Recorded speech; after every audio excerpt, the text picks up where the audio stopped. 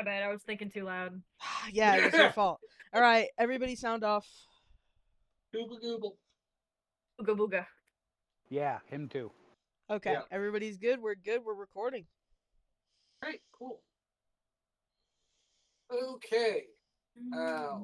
Last session, the party narrowly avoided being eaten by giant ice spiders,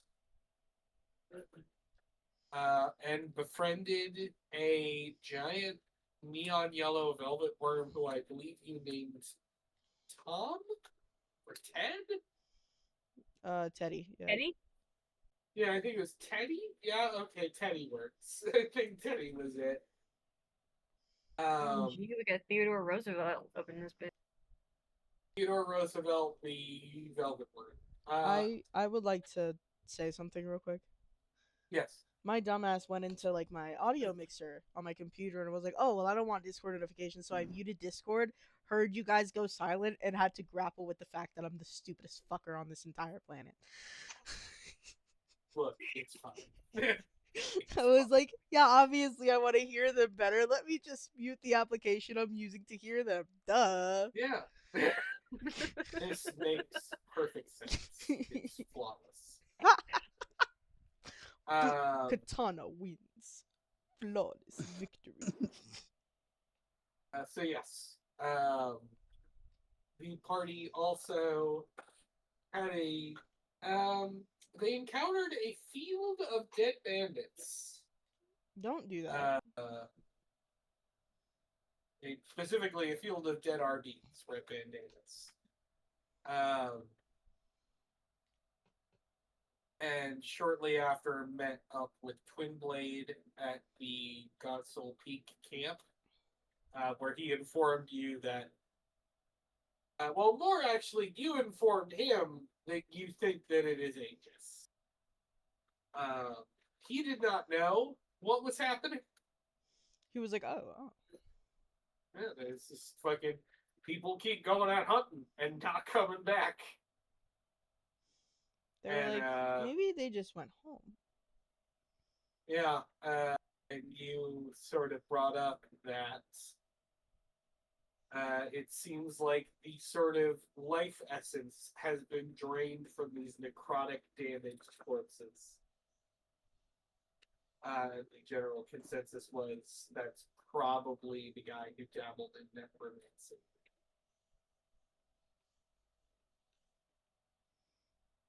Fun. And that's kind of where we left you guys.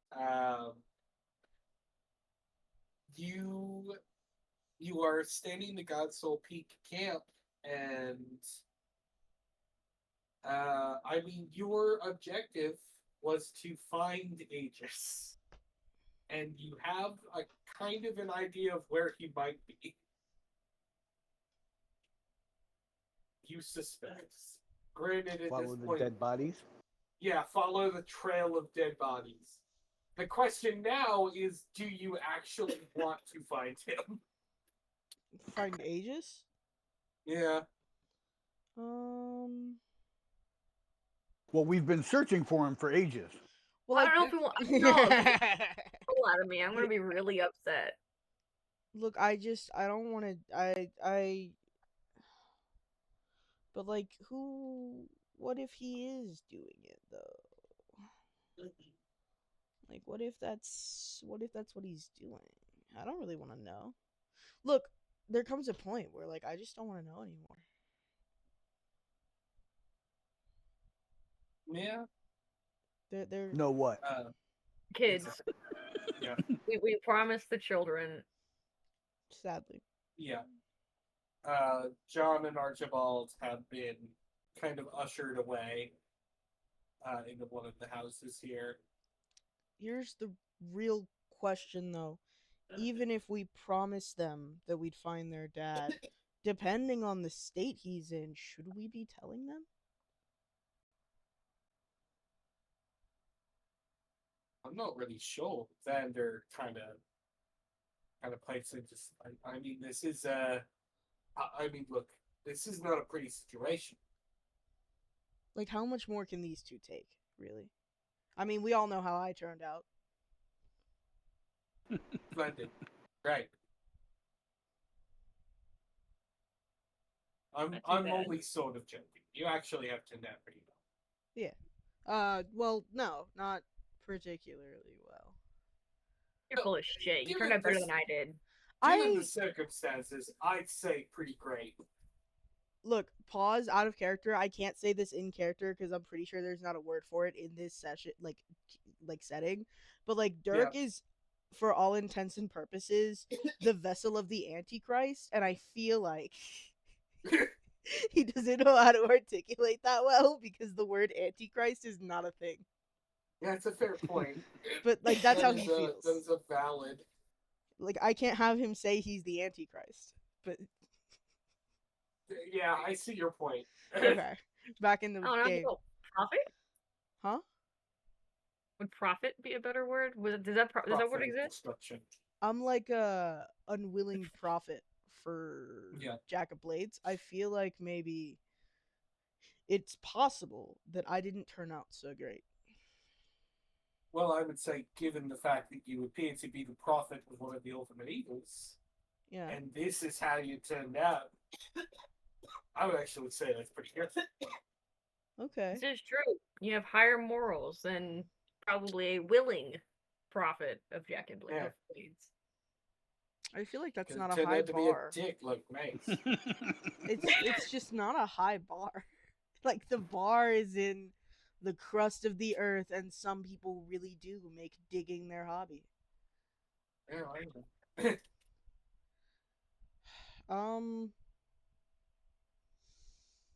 Okay, so like at what point do we decide, like I feel like we need to get like this clear like as a group before we go finding Aegis. Okay, so at what point in Aegis being an insane evil villain do we go, okay, and we don't tell them? I feel like if he's a lich. Well, I mean, just for, you know, the sake of argument, I personally say we find him before we start making, assumptions on what we're gonna do after we find him. Okay.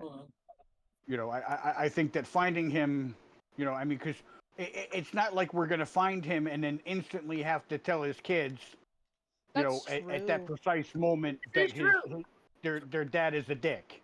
You know, we'll have a minute or two in between. Yeah.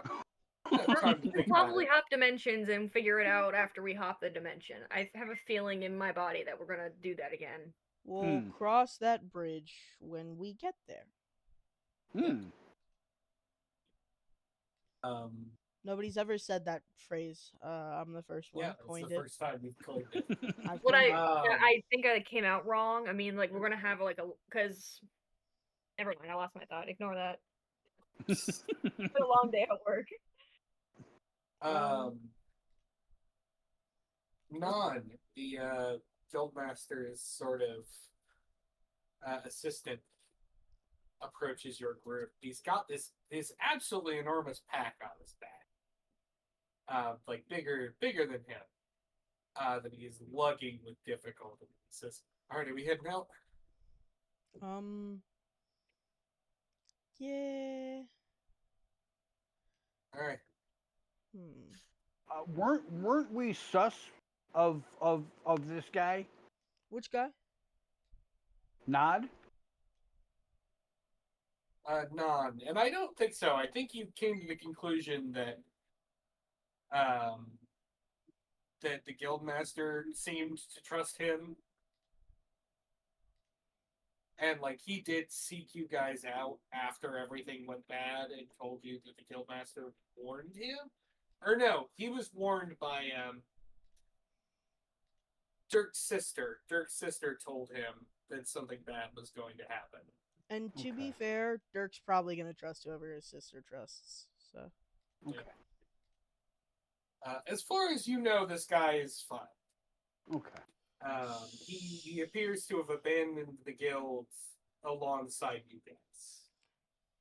And he brought me my I don't even know what to call them. I'm attached to those two kids, so Yeah, he brought John and Archibald with him. yeah. I'm calling him cool. My sister, who can see the future, said he was chill. She vouched for him. I don't know what else we could possibly need than somebody who can see the future vouching for somebody's character. Yeah, I'm good with it. I just it's been a hot minute and Yeah. I Yeah. lose track. No, it's fine. Look, I would rather you guys ask me potentially dumb questions than not understand what's going on. Because I know I have a lot of characters, and I try to keep the plots relatively concise, but sometimes they get away from me. Unrelated. So, like, if you're ever lost, ask me. Unrelated, my boyfriend just brought me a smoothie. And sweet potato chips. Good. I've never been happy. Are you bringing the Velvet Worm? Yes, of No. course. Okay. I love the two different answers at the same time. Yes, I will be bringing my velvet worm, and actually, Dirk like looks over at Doug, and he's just like, "Can you go watch the kids?" Doug nods and says, "Okay," and walks away. I don't think he'd like be really good at protecting them, but he's a good deterrent. Yeah. Plus, I think, despite his sort of, he's despite being a hellhound, I think he is still a certified good boy. And also, he's a service dog, so he could totally like help Yeah. them. Yeah. Let us not forget that Um, Doug, the talking hellhound, who can only talk to me because I can, is a Yeah. service dog. Yeah.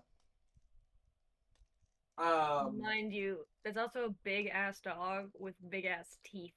So I'm pretty Yeah. sure Doug will be okay. Doug will be Yeah. fine. Doug. Yeah. I know, but Um, we've clarified that he's a non-combat entity. All of Dirk's companions Yes. have to be non-combat. Because I would not allow you to have. I would not allow you to have a hellhound just doing combat for you. Rude, evil, mean, even. But yeah, Teddy the Velvet Worm kind of like rocks up. Is kind of like looking at Non and his giant backpack. He's just like, you want me to take that? Hey, take that. What Hold do you- on to that for you. What do you need out of that bag, buddy? I just need to keep it. No. Sister's orders. I was talking to the Velvet Worm. Oh. Teddy. I was just trying to be polite. Oh, okay. Well, I think he's got to keep it on him, but otherwise, are you hungry? Glances over at the sheep. Do not eat those sheep. How about this? We'll catch something on the way. Deal? Deal. Mm-hmm. Don't eat the I livestock. will say Teddy is big enough that your party could ride Teddy. Guys, I'm gonna be like, Teddy, do you mind if I like take a small nap? I'm a little tired. Like I could just lay on your back. Yeah, that's fine. Awesome. And he just like gets It's on. got like a water bed sort of thing going on, like a warm water bed. This is surprisingly comfortable. And he just like leans back and takes a little nap. Excellent. It's like one of those cat naps where like they're aware but they're napping. You head off back into the wilderness. It does not take you terribly long before you reach the field of corpses again. Mm. But as you do, you do not see corpses no more. Dirk's eyes are closed, so if anybody comments on it, but Yeah. he don't see it. The corpses are gone, and in fact, what you do see is a big, shiny looking treasure chest. Hey, look, Dirk, shiny. Huh? Well, and he like sits up, sees it, and goes, "Ooh, shiny." Pretty, shiny. Don't It's touch just kind of on the road. I cast detect magic. I don't need to detect anything that's obvious. We haven't had a Obviously. mimic yet, have we? No. You cast detect magic. It is illusion. It is what? It's fake. The It's- treasure chest is not. Okay. He looks over and he's like, okay, so that's fake, but what is it though? Where are the bodies? Actually, I will give you, because detect magic is sort of an area spell, not a focus one. There is illusion magic over this entire thing. Guys, there are still bodies. We just can't see them. Hold on, wait. Hold on. I cast dispel magic. Okay. Yeah, that does the trick. The field once again looks like what it did earlier.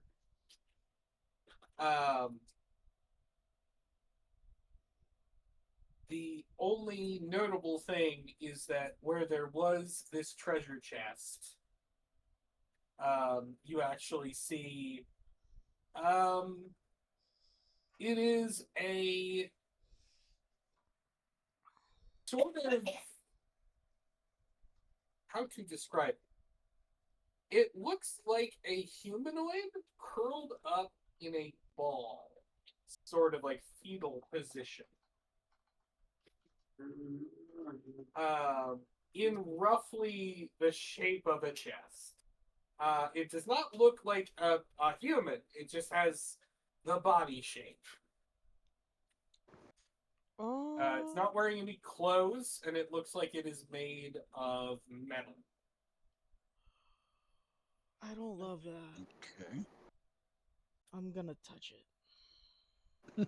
Don't touch it. Well, hold on. Can Dark like get a little closer? Oh, that's horrible. Why would you say oh, that I to me? hate that. No, Dad just posted a really awful No! design. You have to add that in when you post it because otherwise, That's like, it's great, but good God. no. Yeah, you can, if you want to poke this figure, be my guest. No. I'm gonna like inch a little closer, and Look at the stick. hold on. Let me look at what I got. Oh, hold on. Wait a second. I have something that can summon a shadow spirit, and it can go touch it for me. Okay. Valid. Creature is an ally. Creature shares my initiative. Whatever. Whatever. Whatever. Yep. I cast detect asshole. Yeah. Sorry, I was reading. It Okay. doesn't happen. So, I have a question. Does it? Mhm. Oh. I turn around and I look at Barry and Garrus, and I'm like, rock paper scissors each other, real quick. Okay. Just. How are we doing this? I guess 1, 2, 3, and then you just shout. So 1, Okay. 2, 3. Rock. Perfect. Okay, best 2 out of 3, I guess.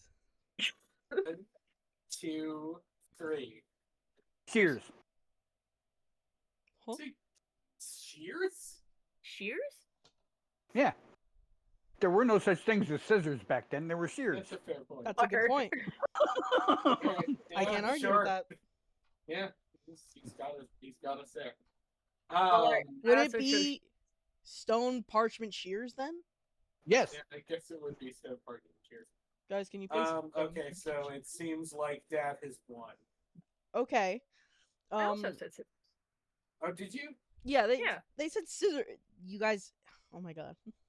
Sorry, You tied shears. twice. My bad, I forgot. Okay, you tied. Fucking 1, 2, 3. Rock. Did you also say rock? Garrison said parchment. Okay. I said rock. Oh, never mind. Son of You a- all Come said. on now. God damn it! How does this keep happening? Dirk How is about we flip watching. a coin, like heads or tails? Fine. I'll flip a. I'll roll a two-sided dice. I gotta I be go too. honest. I feel like Dirk Heads is I sitting there- win. Heads I win. Tails you lose. Hey. All right. So who is heads and who is tails? Tails. I call tails. Okay. All right. Garrison wins. Awesome. Barry. Hey, buddy. So since Garrison is the winner, Garrison's gonna get to pick. Do you want Garrison? Do you want to do something stupid or do you want to not? Define stupid. No, because if I do, you'll both hit me with your hammers and rocks and swords. Pass. Okay. Dirk walks over to Barry and touches him and casts fly, and he's like, "Now you can fly over there and touch it." What is that? Okay. I mean, he'd still have to touch it, but You touch a now willing he's creature. flying. Like, Target gains a flying speed of 60 feet for the duration. When the spell ends, the target falls if still aloft, unless it can stop the fall. I casted it at 3rd level, so oh, Jesus Christ, Barry, you can fly now. it takes 10 Okay. minutes, man. You can fly for 10 minutes. Okay. There's still a curled up metal man. So can you just go touch that since you can fly now?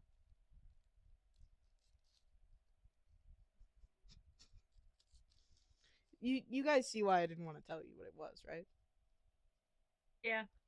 You would have hit me really, really hard. It wouldn't have worked. Barry's gonna throw an anti-grav grenade at it. What the? X. I wasted a whole spell. Well, you Well, can he's still. still That's got it not for my 10 fault. minutes. Just because you wanted to do something stupid doesn't mean that I have to stupid with you. That's what You friends can are still for. fly for 10 minutes. That's what friends are for. Also, did we long rest before this or no?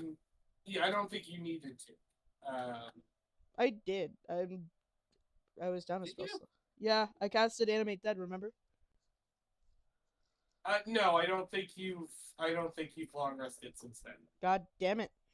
Okay, Look, I let you long rest on the journey to the village. that's a fair point. Okay, continue. Yeah, but to be fair, we got to the village. Why wouldn't we have rested before we went out? Because you left like 10 minutes later. I did not realize that. I thought we took a little second. It'll be fine. We got this. For chance we should have waited till morning. Mm, That's okay. solid chance. Yeah. Let's touch this guy. Wait, anti-grav sphere just got thrown at that little. Yeah, fucking- anti-grav sphere. Mm-hmm. You throw it, and I think the metal man lifts off the ground. It sort of reflexively tries to like grab onto the snow underneath it, which obviously does not work because it's snow. Mm-hmm. So it was And alive. it's now just kind of floating there.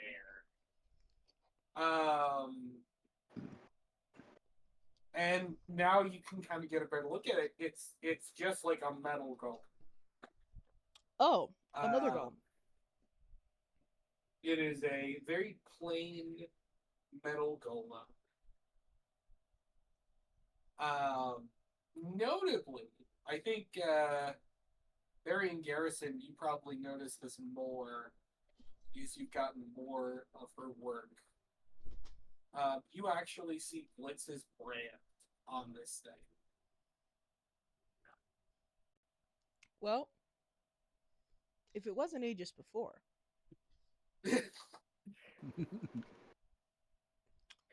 I walk It's towards. sort of harmlessly floating in the air now. Can I walk towards it like right outside the grav bubble?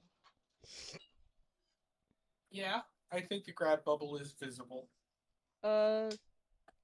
Excuse me, Gollum, Can you communicate in any way or no? It sort of glances at you. And then I think it sort of stares at you for a moment, and then its head sort of flashes for a moment, like it took a photo. Dude, Or- uncool. It doesn't say anything or do anything after that. Can you raise your right hand if you can communicate? I don't think it does. Okay. I think it's just kind of in between just staring at you and then sort of trying to somehow reattach itself to the ground and then staring at you. So How long does sphere last? That is a good point. How long does the sphere last? Hold on a second. Let me look it up. I don't honestly know if it says on your description, but I will look. I will. It should, but if it doesn't, then it doesn't. You can still be your telegram sphere.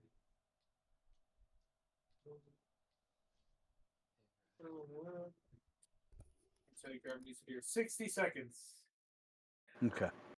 So Oh. a minute. I feel like a minute is probably coming close to Derek, I happening. think you should back up.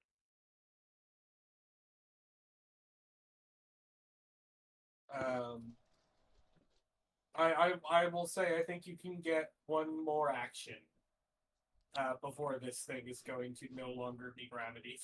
hey guys, I'm getting the vibe that this was an ambush, and I'm gonna be honest, I don't want to fight it. I want to go home. I want to go around it. So can we just leave? You gotta run. Yeah, I'm okay with that. Teddy, can you run? It looks at you with its like 24 legs. Good point. And I guess we're off, and he's gonna book it. Hey, Barry, you don't have to book it. You can fly. I'm gonna Yep, book it. Hey, you can just fucking Peter Pan over these jackasses. Now you said we're in a big open field, right? Currently, yes.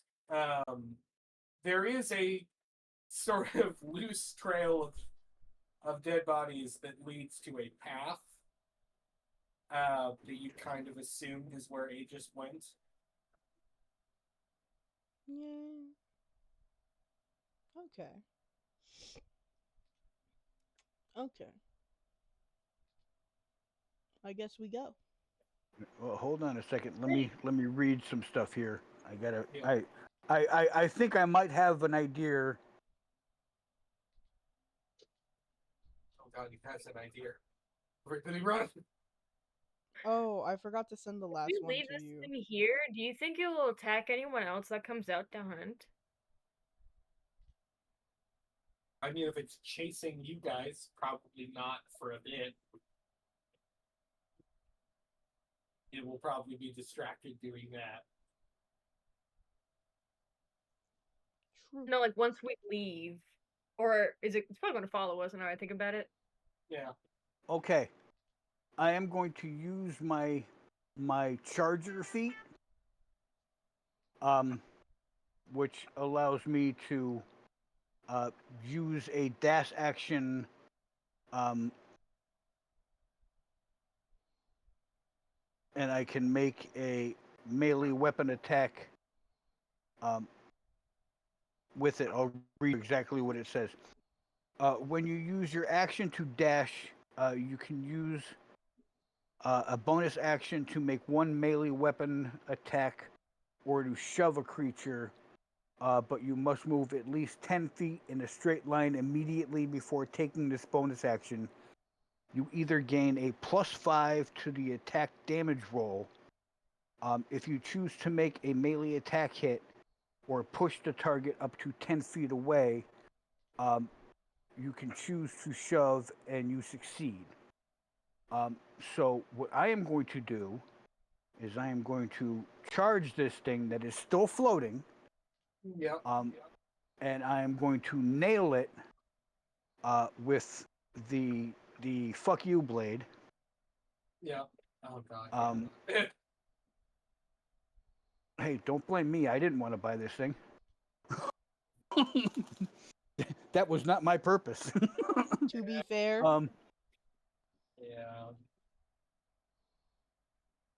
Yeah. So I am going to roll to hit.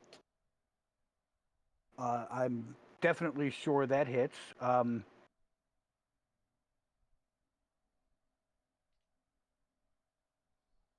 Does a 27 hit? Yes, a 27. A 27 hits. I wasn't sure. 10. 10 plus 25. Okay. And you are attempting to knock this thing into the sky? That is the plan? No, I'm just. Yeah. I used my dash to basically get there really. My charger to get there really quick. Now that I have hit him, Mm-hmm. I am going to use my bonus action. And my bonus action, I am going to use grappler. Oh boy. And grappler, he now has to make a. Actually, my. You have. Yeah, I mean, it just says I grapple. Okay. And I am going to wrap my arms around the Tin Man, and I am going to fly straight up into the air. Oh boy. And then drop his ass. All right. Yeah. Yeah. Okay. You do so. You fly up in the air, and unceremoniously drop this thing. And it hurtles toward the ground like a sack of bricks.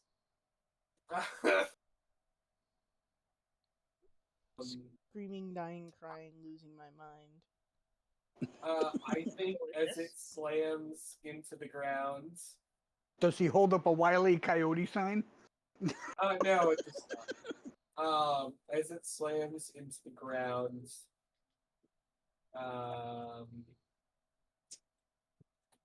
I think.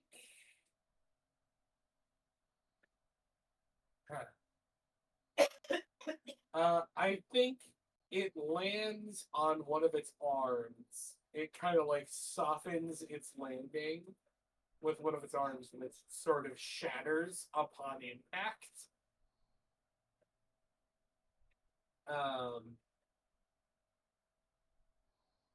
But it is still, I mean, alive is maybe not quite the right word, but it is not obliterated.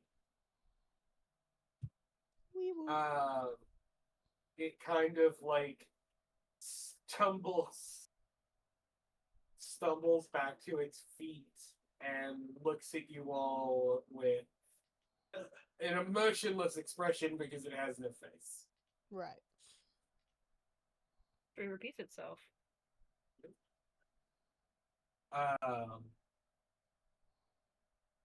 What do you do now? Well, they already took off. That's true. Yeah, That's a fair point. They started so running. You've broken one of this thing's arms. Do you just bail after that? In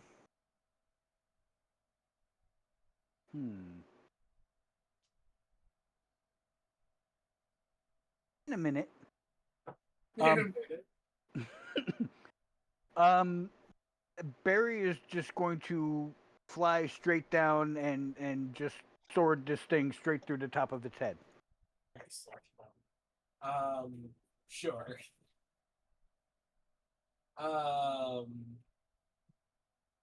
I'm going to need you to roll to hit, and I'm going to call this a trick shot. So Okay. it's gonna be a high DC. Gonna be at what? A high DC. Okay. I'm not telling you what the DC is.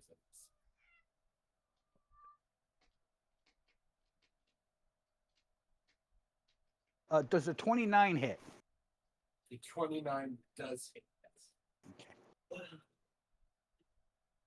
And I want to let you know that using the stats that you provided for the sword, Yeah. I actually dumbed it down a bit because Fair it gave me a plus. It gave me a plus 15 to my attack roll, Yeah. No, that's and I was like, no. So I knocked it down to a 12. okay. Fair. And I rolled a 17. So, All right.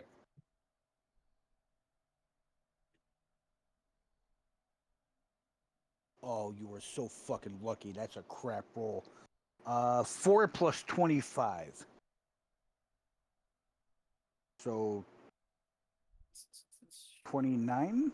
I mean, that's a crap roll, he says, as you do 29 damage. Well, yeah, I mean, it's I rolled a 4. Yeah, I know. Like, I get it. You. I mean, I think you split this thing in two.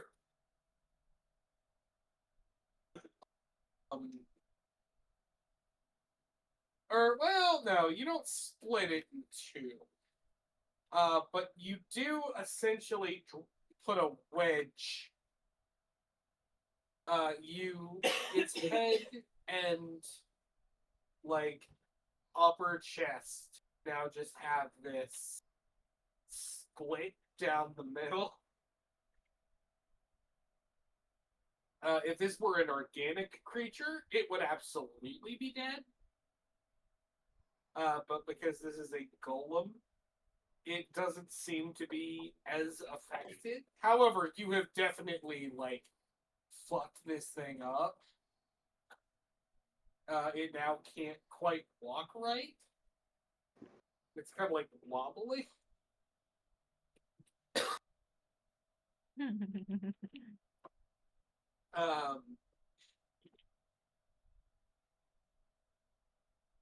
I feel like, you see, I'm in a bind here because I never really prepared for Flying Berry. Because how could I? And specifically, this entity is not prepared for Flying Berry. It does not have a ranged attack. So if I were to do like a turn order in this encounter here, it would just stare up at Barry and shake its fist at the sky. Damn you, kids! Yeah, it's like it can't really do anything. So Barry, if you are determined to just continue bullying this thing, you have the ability. But it's not really able to fight back. Yeah, why not? Alright.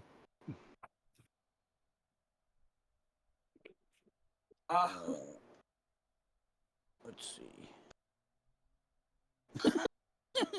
I'm getting really good rolls. I like this dice.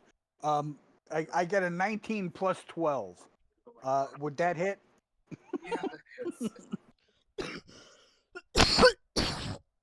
it definitely hits. This has got to be a form of cyberbullying. Yeah, no, it definitely is. It's 34 points of damage. Yeah. Fuck, man. I think you cut off its other arm. Less cut off and more just like you strike it and it just kind of shatters like glass. And now it's just sort of standing there like the Black Knight from Monty Python. I It- saw. it's- I'm sorry. I have to interject this because I saw the ultimate Halloween costume, and I literally I peed myself. I was laughing so hard. I'm not going to even deny it. It was just I couldn't. It was a guy who was a quadruple amputee. The guy had no arms and no legs, and he Yeah. was in a wheelchair, and he was dressed as the Black Knight I mean, look, that's just in his playing- wheelchair. I mean, that's playing to your strengths. you cannot find a better costume than that. Yeah. What is correct? Yes. So hello. Hello. Is it dead? It's not. It's not dead, but it wishes it were. It can't. I think, you know what? I think it goes limp. It stands there for a moment as if contemplating, and I think it just falls over. It's like, you know what? I don't deserve this. I choose joy. Boom. I choose a life that is slightly better than this. I choose to sink into the earth. I choose French fries. With the rest of the party, as you go up this path, I think you are interrupted by the appearance of a somewhat familiar figure. Is it Aegis? Is it Jack? Yes. Oh. God damn it. It's Jack? No, it's not Jack. I was about to What? say. You see wearing a sort of gray hooded robe. You see Aegis approach you along this sort of snowy path. And he looks like shit. The sort of pink hue of his body is kind of dull to more of a gray. And it looks like he has not slept in some time. Aegis? What do you want? Well, look, we were trying to let you grieve in whatever way you needed. However, I think that killing massive amounts of people and siphoning the magic out of their body isn't a great way to start.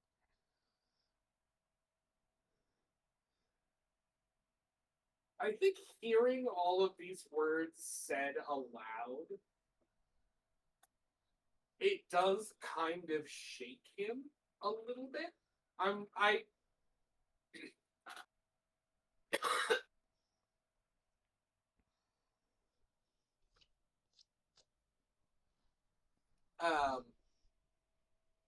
I think you kind of get the impression he was trying to come off as like a badass here. But I think when confronted with the reality of what is going on, I think you kind of see the horror on his face. But then he swallows and he says,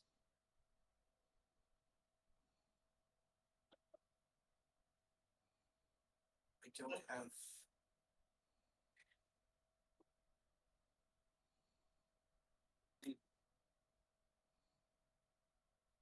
Hello.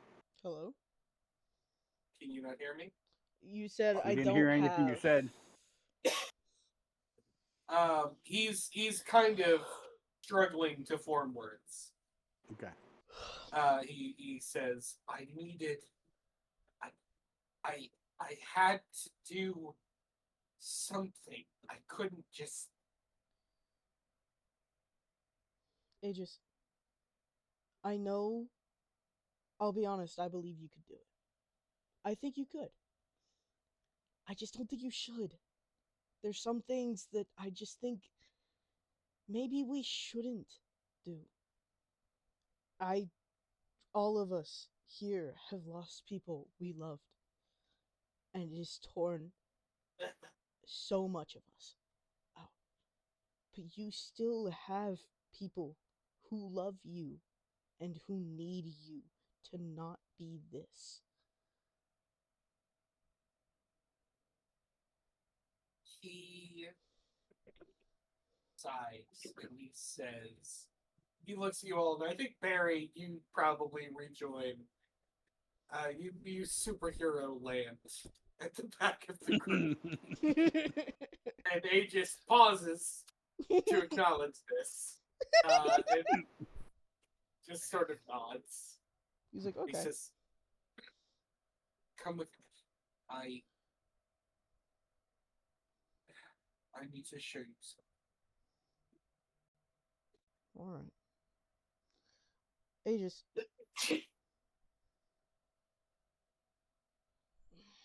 Okay. And Dirk like just Yeah. turns to Garrison and he's like, I don't. He just like shrugs. I don't like this. He doesn't really wait for a response. He turns around and approaches a nearby cave entrance that he just kind of sulks into. All right. Do you follow him in? Yeah. Yeah.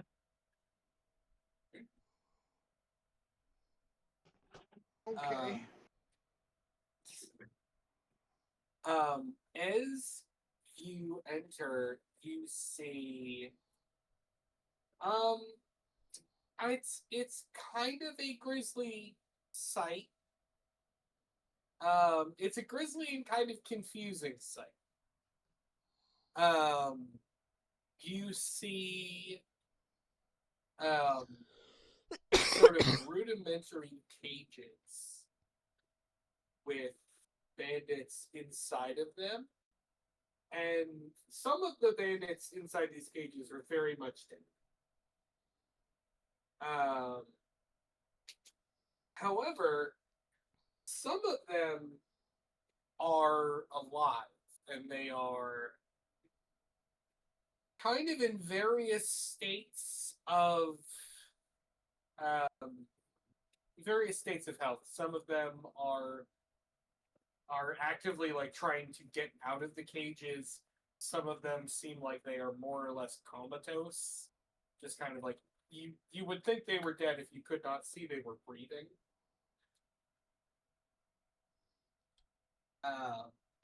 Aegis, what the fuck? Aegis, why are you? What are you trying to do? What's your plan here? As you walk in, as you ask this question, Aegis, without even looking at this point, holds his arm out towards one of the cages with a dead bandit in it. And you see from his sort of ingredient pouch that he has on his side, you see some materials float out and disintegrate into this beam of pink energy that fires into the bandit, who gasps for breath.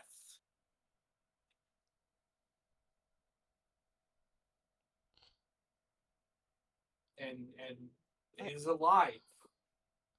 Is alive and sort of panicked because they're suddenly alive. Oh, okay, buddy. Oh, this doesn't feel good though. No, it doesn't. I feel like there could have been better ways.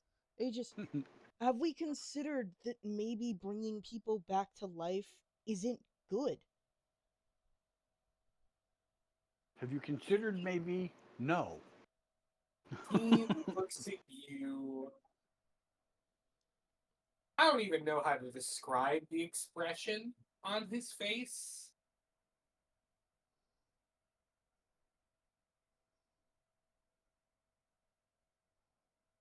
I think he just kind of stares at you for a moment and then slumps into a sort of a once comfy looking chair that is surrounded by journals and books and all of these like open tomes. And he says, I don't understand why it isn't working.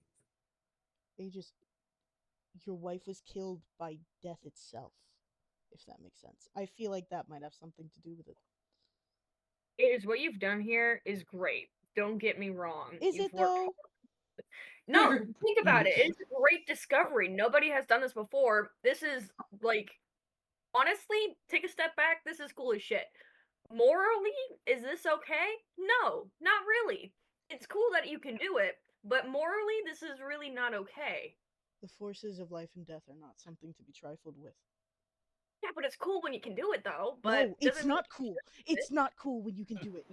And I feel like Dirk is like slowly, like you watch him as he like slowly gets more and more panicked. This is a terrible thing.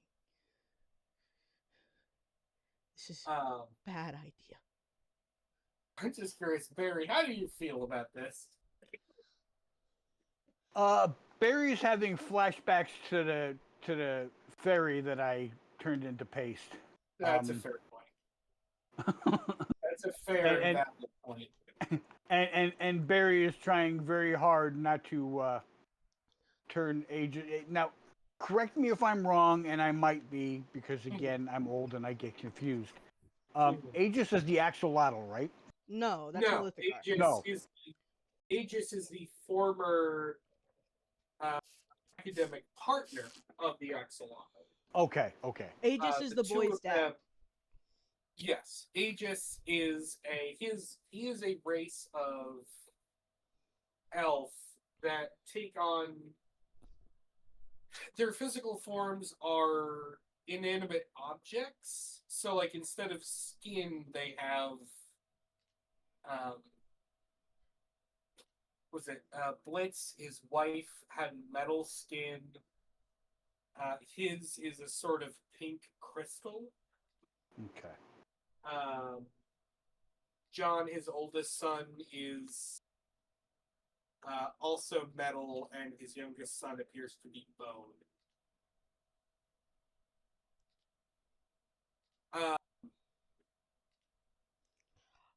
So Yeah, this Barry is very hard trying to stop himself from turning him into paste as well. fair.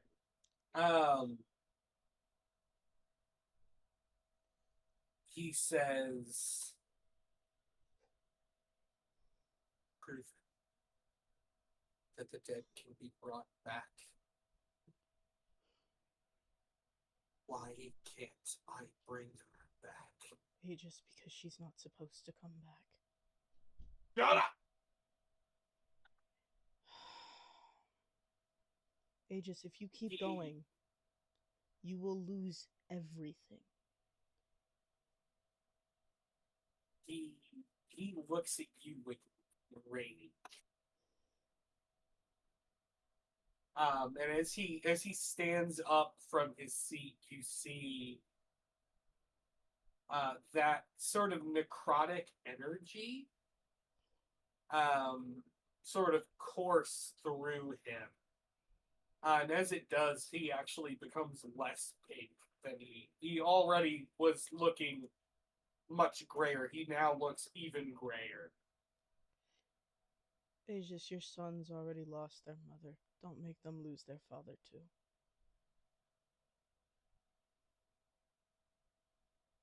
He kind of looks around the room.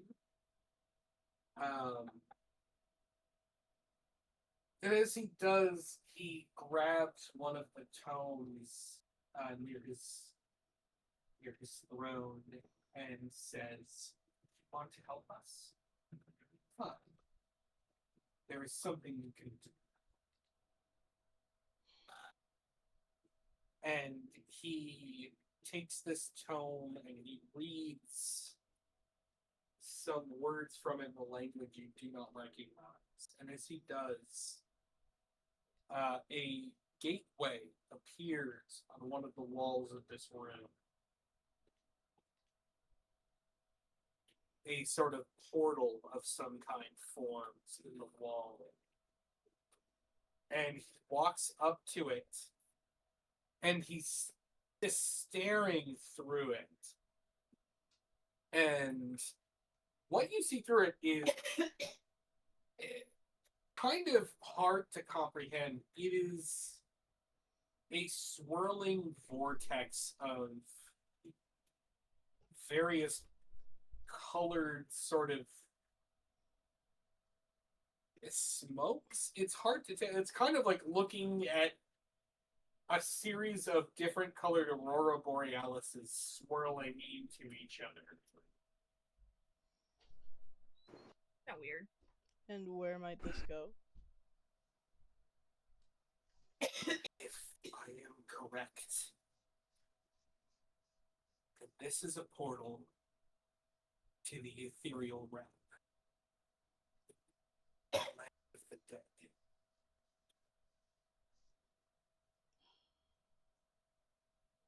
Fine. Close it.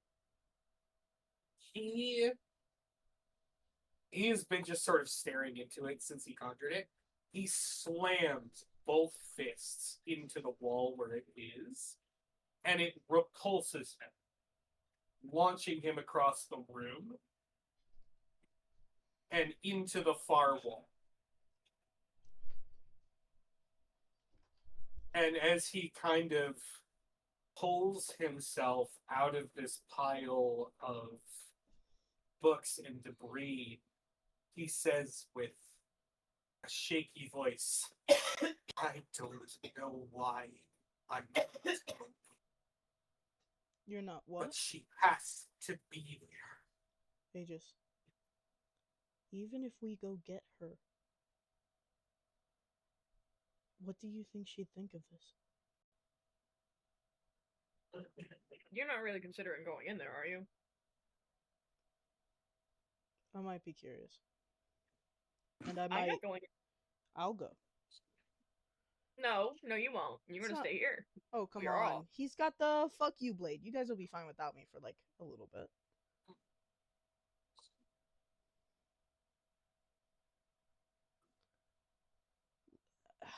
Would it matter if I said I think this is a bad idea? Oh, it is a bad idea. It's such a bad Mhm. idea. This is such a bad idea, Aegis. Why? Why are you doing this to everyone around you?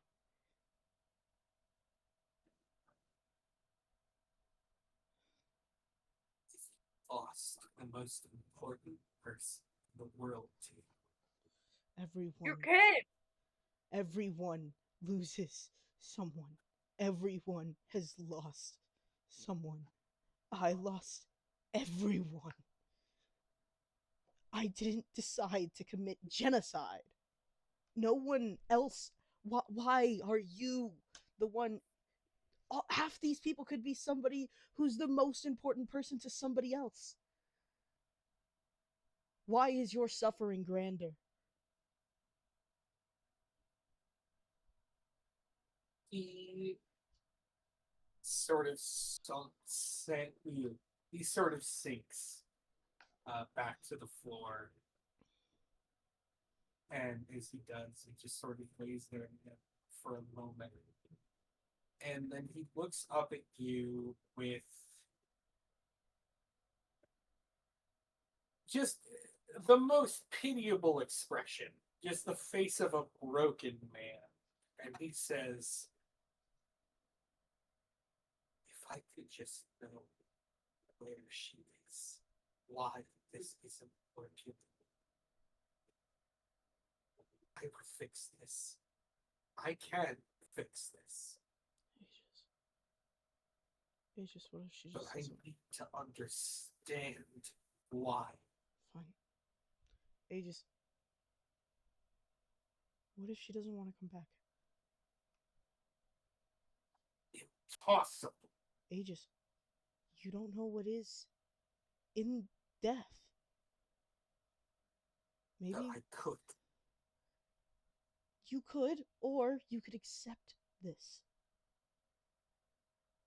and move on. He looks around the room and just kind of, I think, laughs. He says, I think I'm past that point. I'm sorry that we weren't there for you.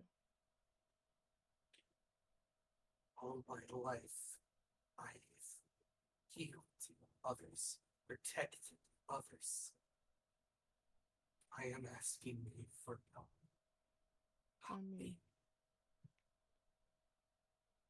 Barry says very quietly, so nobody can hear him, but he wants to say it out loud. Mm. He says, if you can hear me, get your ass here now. And just so the DM knows, Yeah, I I am was gonna talking say. to death. I am talking to death. Ooh, get him, Mhm. Barry.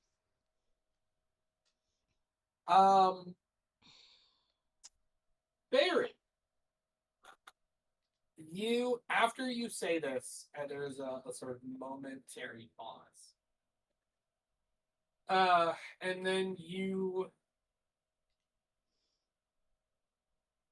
feel tiny, tiny paws climb up your body, up your back, and to your shoulders.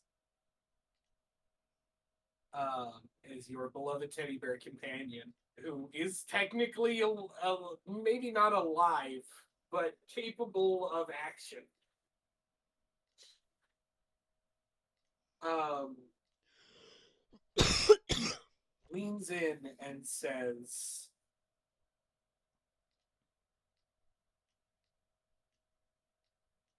"They'd like to talk to you."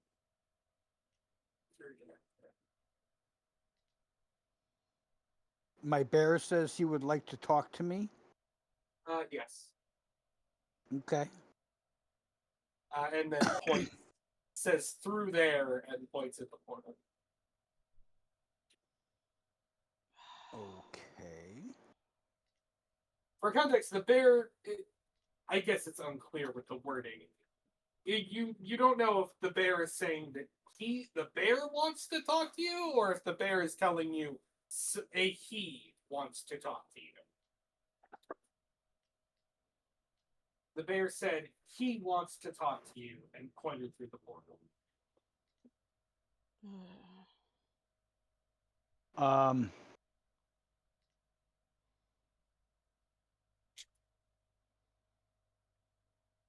Yeah. I guess. Fuck it. Okay. It's Barry's turn to do something stupid. Mm-hmm. Uh, and Barry's just gonna pull out his sword, look at everyone, and just walk through the portal. All right. Dirk. Hi, Barry.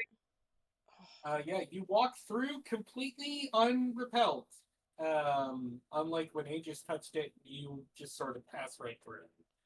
Dirk looks at Aegis and shakes his head, and he's like, I need you to put all of the living people in this place back where they came from before we get back. Do you understand? He, He I will. think he, I think at the moment he is kind of motionless. He does look at you when you say it, but he does not really respond. Aegis, I can appreciate how much you love your wife. I don't think your sons, or I, or anybody else will appreciate what you have done here. And he walks into the portal. Well, I don't appreciate you killing all these people. Good luck cleaning it up. I lost so Vander, I think is walking with you, Garrison. Non kind of surveys the room and goes, I am gonna stay here and make sure that this doesn't get any worse than it currently is. We fuck with a man who has responsibilities. We truly do. But Garrison, do you and Vander go through the portal? Yes. As you pass through the portal, we're gonna start with Barry because Barry walked through first. It is incredibly jarring, the process of passing through this portal. You feel as if you are being put through a blender. It is like getting on a roller coaster. It is nauseating. It is incredibly uncomfortable, and then it's over. And you're just sort of standing in a line. You were standing in a line of people. There is like we're standing in a line of people. You essentially, this would mean nothing to Barry, but you're essentially standing in an airport security checkpoint. Okay. There's a few people in front of you, and then there's someone sitting at a desk, just sort of asking people a couple questions and then sending them off further ahead.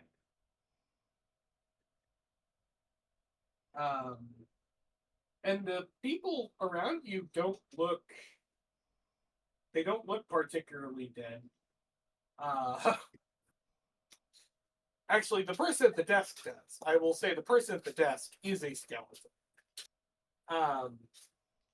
Wearing a pair of glasses, because of course they are. But the people that they are telling off seem like just people, various races and sort of appearances. They look like they are garbed similarly to the people of Contriva. These could just be people who just like keeled over yesterday from like the plague. And after a moment, I think the line moves forward. You approach, or you are able to approach the desk. Hello.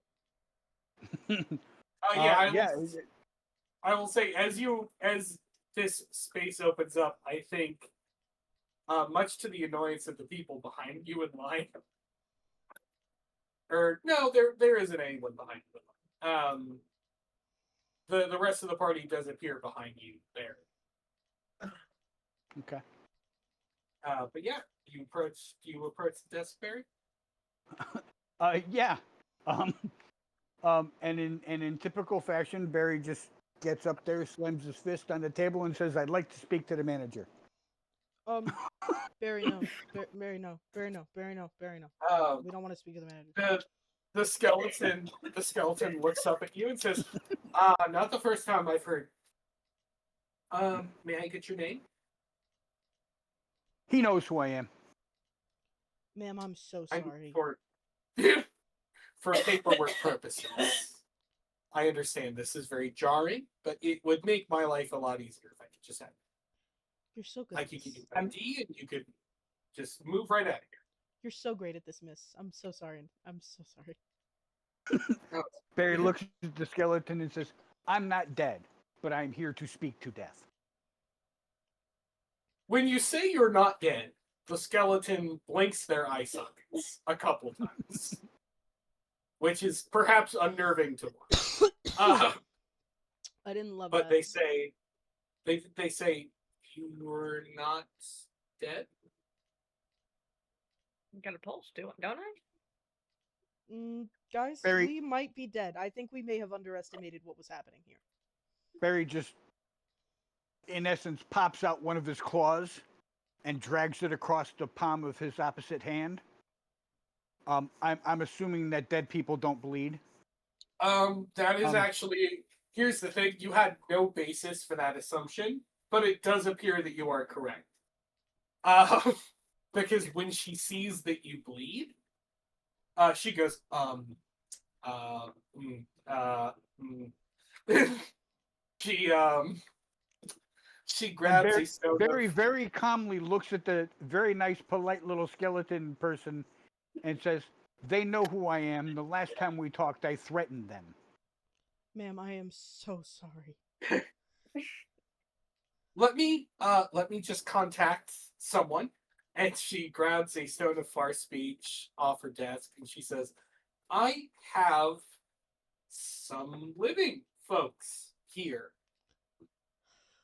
And I think as she says that, you see a couple of the other attendants in the other lanes look at you all with sort of perplexion. Guys, I feel like we shouldn't have raised a scene. Barry just looks at him and waves. Yeah. And after a moment, you do see a couple of skeletons in essentially security outfits approach and say, would you like to come with us? And we'll figure this whole situation. I'm so sorry. My friend has no manners.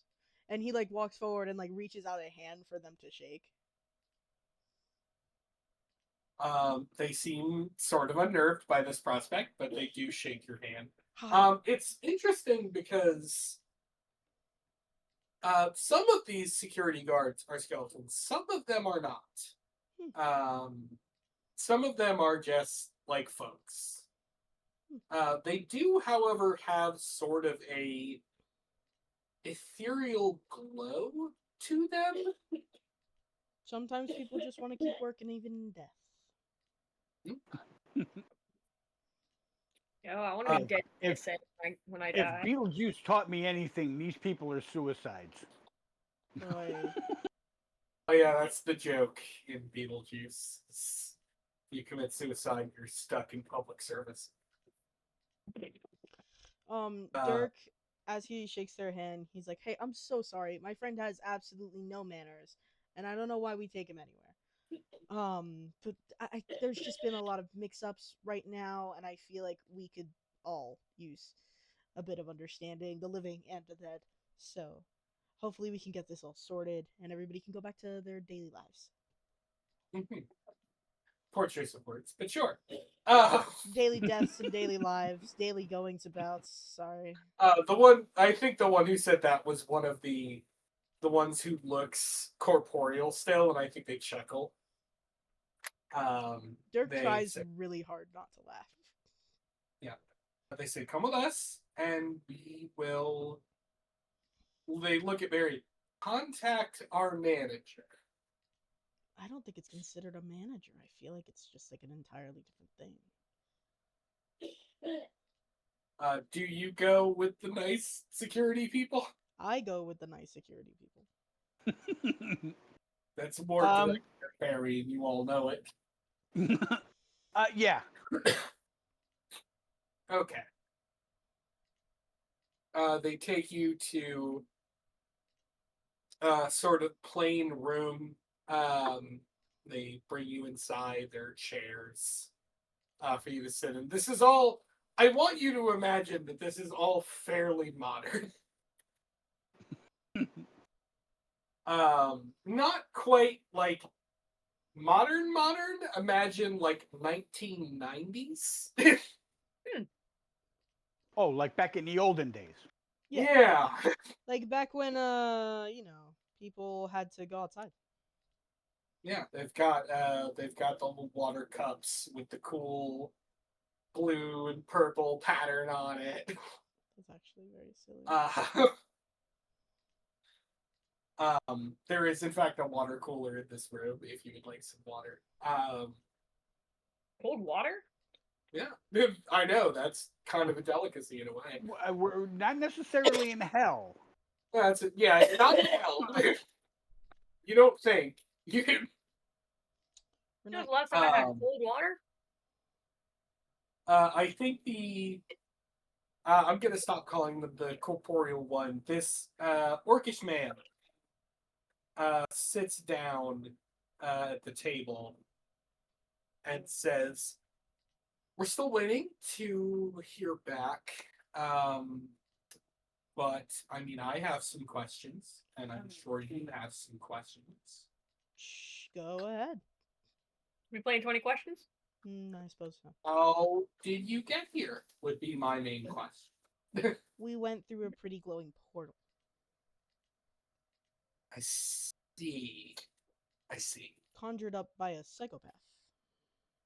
Mm, Or fun. a man driven mad by the death of his wife. I'm sure you get a lot of that. Cleric, I think. No, Is he a no, cleric? we don't actually get a lot of that. Ah, good to know our situation is unique then. Um, he does kind of think for a moment. He says, "What has this man been doing?" Well, we don't agree with what he's been up to. But he has been decidedly killing people and bringing them back to life without Hmm. them having the same issues as hollow men. They seem to be pretty much normal. He sort of taps a pencil on the desk and just goes, hmm. Yeah, It's funny you say this. yeah. Um, we have been noticing some disappearances I was presuming so. of recently arrived individuals. Red bandits, if I'm not mistaken. I mean, that doesn't mean much to me, but They probably. are a group called the Red Bandits, or they were formerly part of it. He has specifically found a town that's pretty isolated that is full of these people and has been using them as his experiments. I see. Yes. He again, he's just kind of tapping the pencil on the desk, and he goes, "Huh, Mhm. that's never happened before." It's very unnerving for all of us, I'm sure. Did you have any questions for me while I process this information? How is he doing that? I don't know. Where Barry is very impatiently staring at the guy tapping his foot. fair. I have one more question before my friend decides that he's going to be very brash. Mm. Um, do you happen to know a woman by the name of Blitz? Not personally, but they take out a little rectangular device which they put on the desk and open up. It like flips up and open. And they say, "I can look them up." Yes, I would like to speak to them if it's at all possible. Sure. Can you give me a name? Huh? Can you give me a name? Uh, their name is Blitz. I don't know their last name. Most people don't have last names in this day and age. Yeah, They I sort of. Can you give me race, gender? a woman. What is that What is their race? Orson? Riftborn. Riftborn? Yep, Riftborn. She'd be a Riftborn.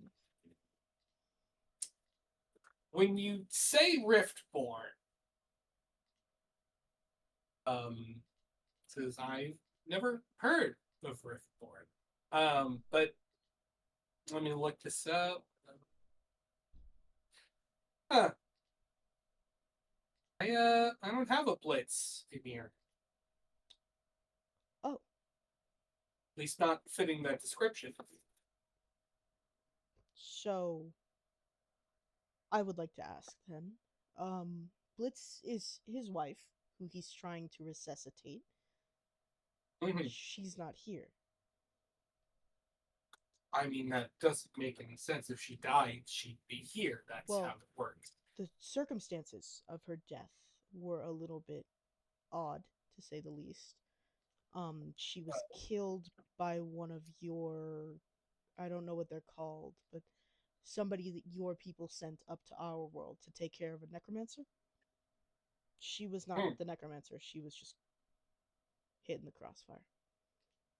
I mean, even still, I'm not involved in.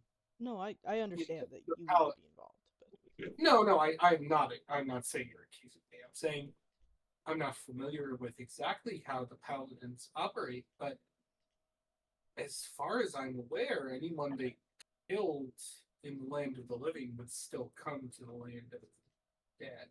so it could possibly be to do with her race. What part of us Possibly. comes to be here? Mhm. It's our souls, yes, that come to be Correct. here. It's it's a slightly more complicated process, but in essence, yes. Okay. Again, the Yeah. confusion is strong with this one. Mhm. I- is this the family that came from a different dimension, or Uh, was that Thunder and his sister? no. So Thunder and his sister came from a distant land.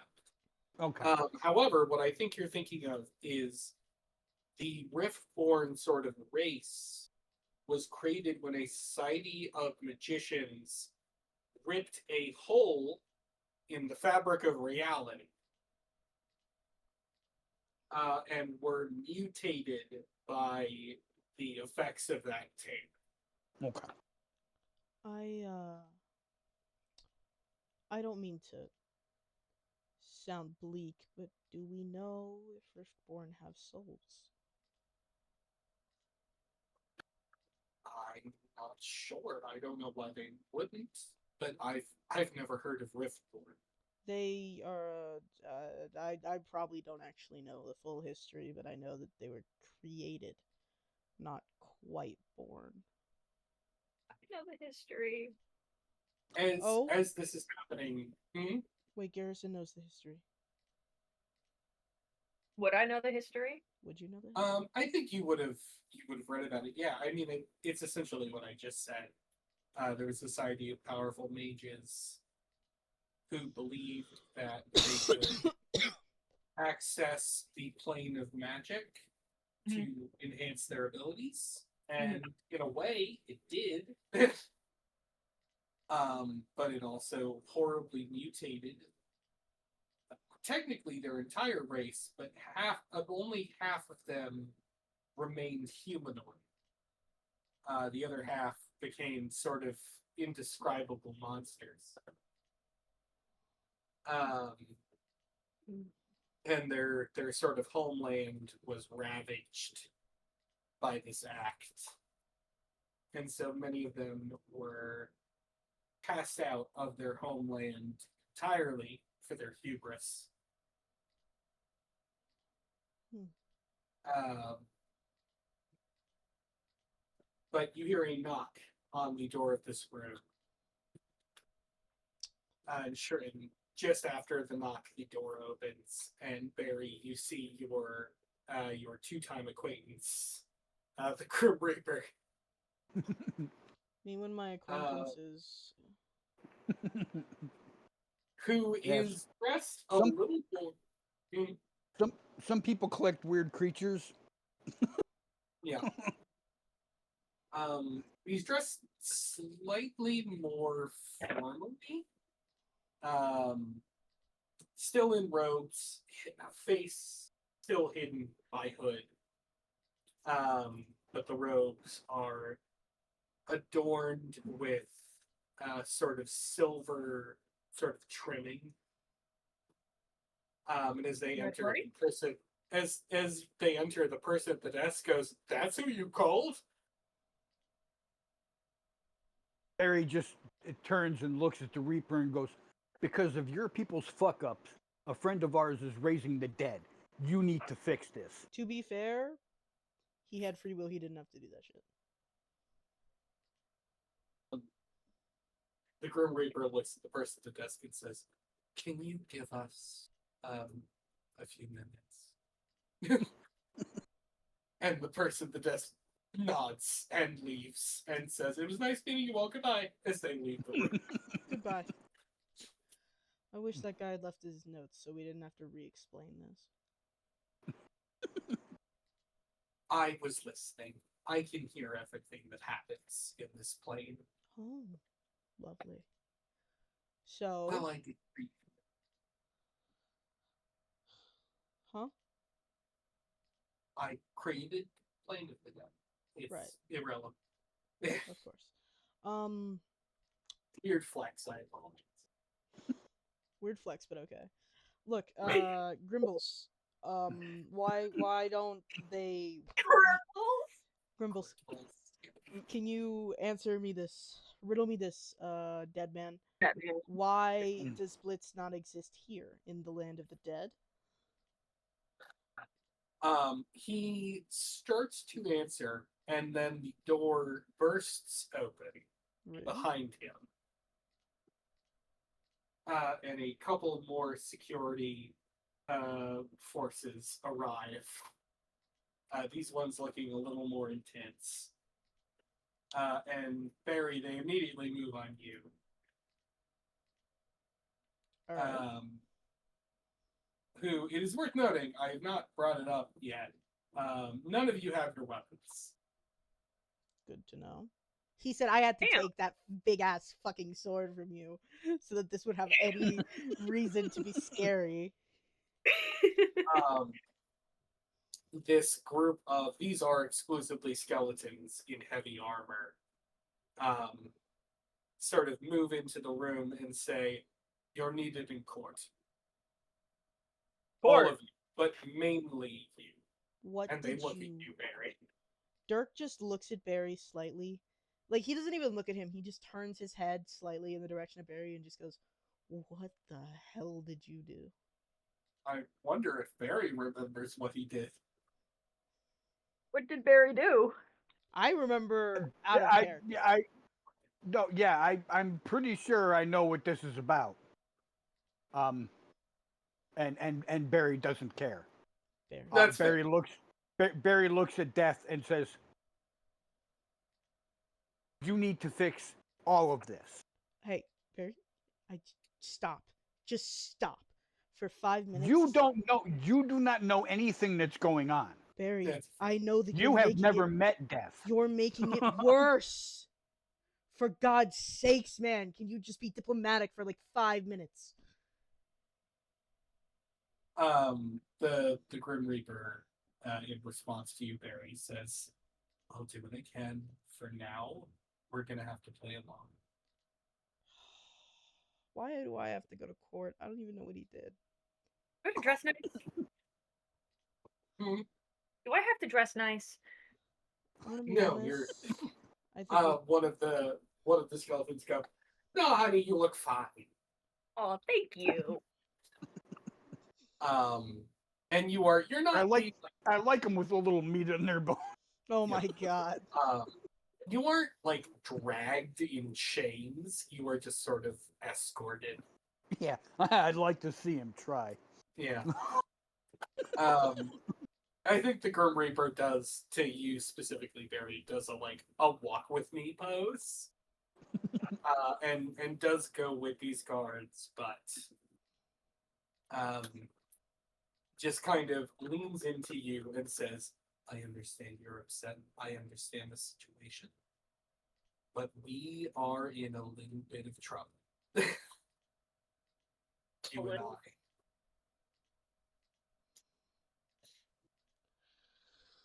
So we're gonna have to deal with that situation. Hey guys, I think we found the lost plot line. Uh, good, excellent.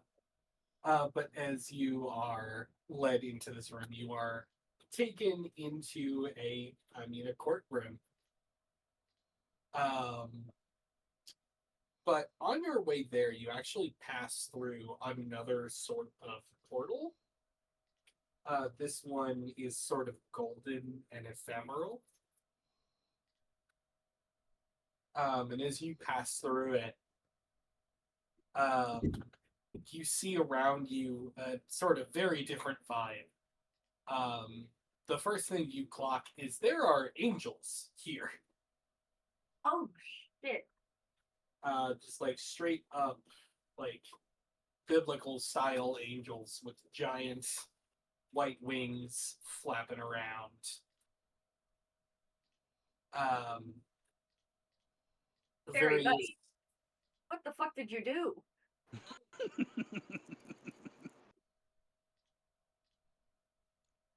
Barry. You are led fairly quickly through this sort of golden arched golden arched lobby into a fairly grand courtroom, and sitting along the edges of this room you see a couple massive podiums, and each of these podiums has a symbol denoting a god.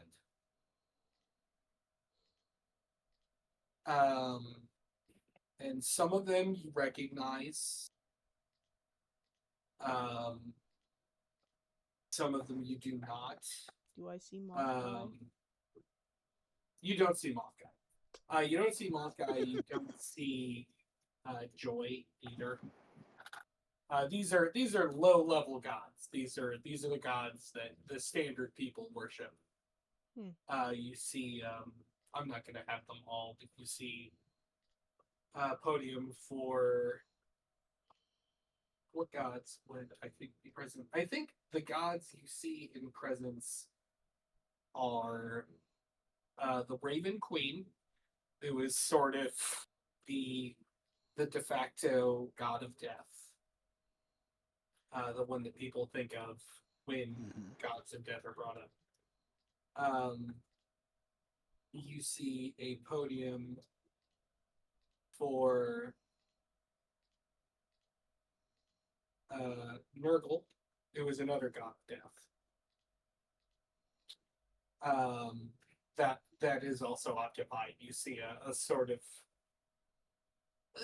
unpleasant looking man sitting there, looking down at you all.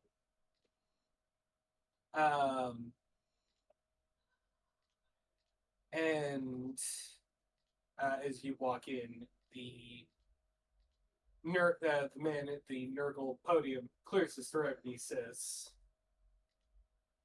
"Welcome."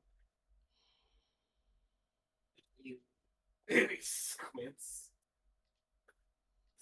in your general directions. What's up, buddy? Are you aware why you are here? No, I'm not aware. I don't even know. Mr. Barry. Shush you. You actually were not taken to the same place as Barry. Barry was actually brought to the defense position.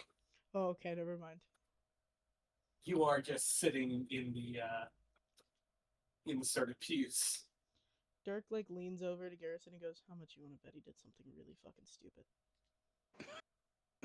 Are you aware of why you are here? Barry just looks at him and says, "I'm pretty sure, yeah." It's a solid bet you're holding. You assaulted a prisoner in their cell. Oh god. Barry! Barry, what? How did he think this would play? I'd get caught. Are you two saying this out loud? Yeah, but we're in the pews. You can't hear us. Yeah. Garrison, I want to feel bad for him, but I don't. Would you care to offer any sort of statement on your actions? Okay, now before I do, No, I want to ask a question to everybody. Has anyone seen the Netflix Marvel Daredevil TV show that is now on Disney Plus? no. I've seen Okay. some of it, not all of it. I I I don't saw know. Okay. season 1. I watched Flash more. Okay. Then you wouldn't. Then this wouldn't make any difference. Yeah. So he looks at this person behind the podium and says, "Yeah, I was trying to kill him. I didn't know I couldn't." Garrison. Good Lord. Garrison, we should start taking applications for a new party member, yeah? I think as you say that, I think Nurgle looks offended, and I think the Raven Queen stifles a laugh. Um, you see her, it's just like, he says, "So you admit that it happened, and you admit that you were intending to destroy them." Yeah, I'd do it again. What a fucking idiot. I see. And how did you get the option to take this course of action Don't as a living? I plead the fifth. You must have arrived in the land of the dead somehow in order to take this action. Who or what brought you there?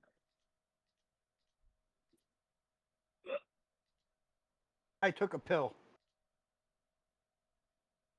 He sighs.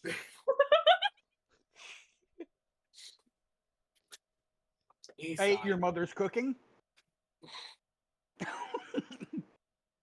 He says, "We already know how you got here. We were giving you an option to make this easier for yourself." But Barry fine. looks at him and smiles and says, "In my opinion, whenever some asshole tells me they're trying to make it easier for me, they're actually trying to make it easier for themselves." That's a, he's got a good point. Plead the fifth every time.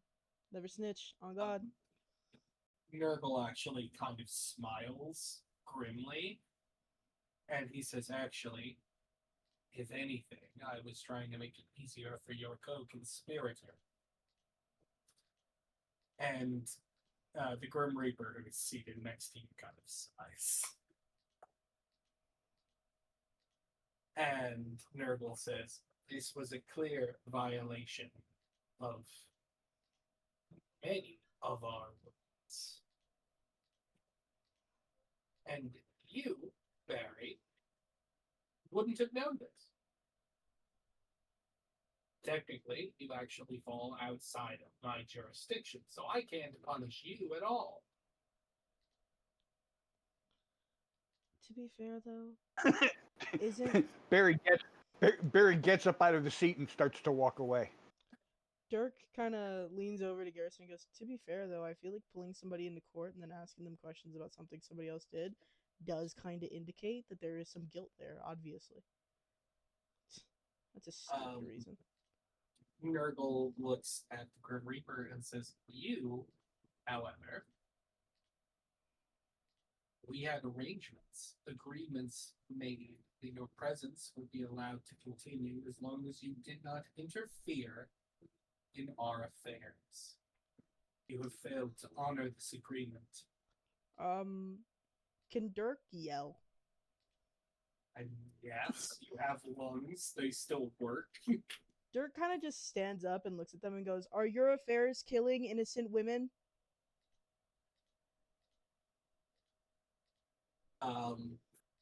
Nurgle looks at you sort of offended. Um, and he says,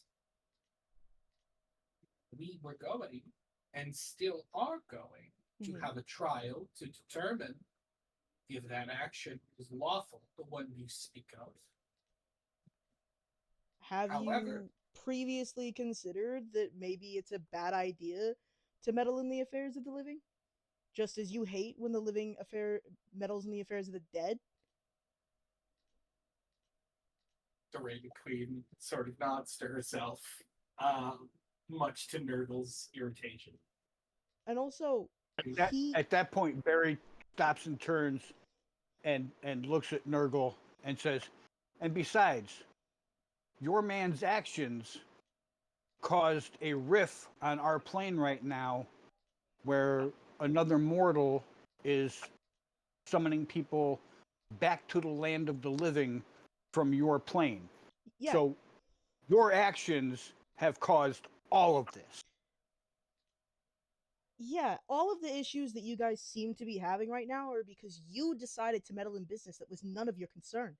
We had it handled. We were the team on that job. Your jurisdiction is here, in the land of the dead. You tried to kill an innocent child who was trying to protect his family, and instead killed his mother in front of her children and her husband. And now you can't find her? I think when you say that, a sort of chill goes over the room. Nurgle kind of looks away, and the Raven Queen, her expression softens and also sort of turns down. And she clears her throat and says, "That is one of the matters intended to discuss."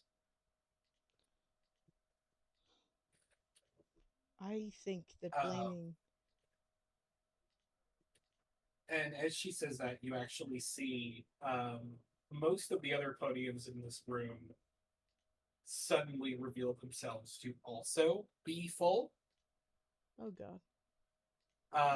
You are actually looking at a room of about 20 or so podiums, all but one of which have someone sitting. They were all muted. Yeah, listen. They were muted in the Zoom. They were not involving themselves because this was the God of Death affairs.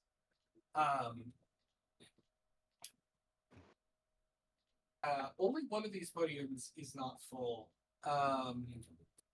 The podium has a holy symbol that Dirk, only you recognize. It does not seem familiar to either of you, Barry or Garrison.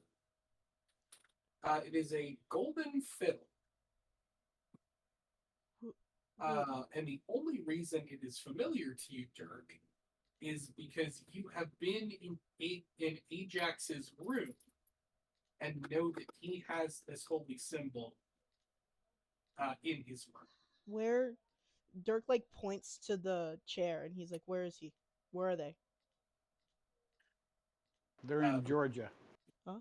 The Raven Queen sighs and says, "They didn't want to be present for this meeting, and I quote, because they felt that it was a bullshit decision to begin with." He's right. You know, They're right. actually, I like Ajax's god so much more. Now that you Yeah. say that.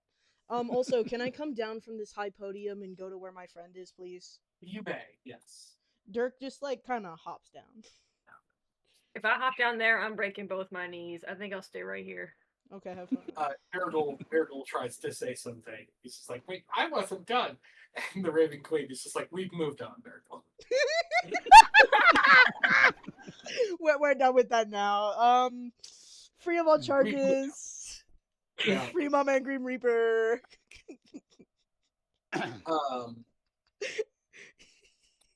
Nurgle does look at the Grim Reaper and says, "We're not done here." Oh, it sounds like you are.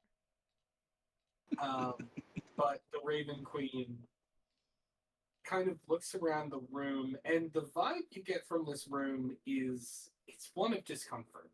For the most part, there are a couple of the gods here who seem relatively not happy, but they don't seem as sullen as the others, but the general energy in this room is one of sort of discomfort. And Raven Queen says, 200 years ago, the Society of Veils, a society of mages on a continent of your world, believed that they could empower themselves by tearing a hole in the fabric of reality. Oh, wait, isn't this what this is what Ajax and not Ajax, Aegis and his kids are. That's them. Okay. Yes, the race referred to as the Rift. Mhm. This decision caused massive damage to the plane of magic and also to the material plane, your plane. It also angered a great many of us in this room. Right. The wanton destruction and carelessness. It was agreed that something had to be done.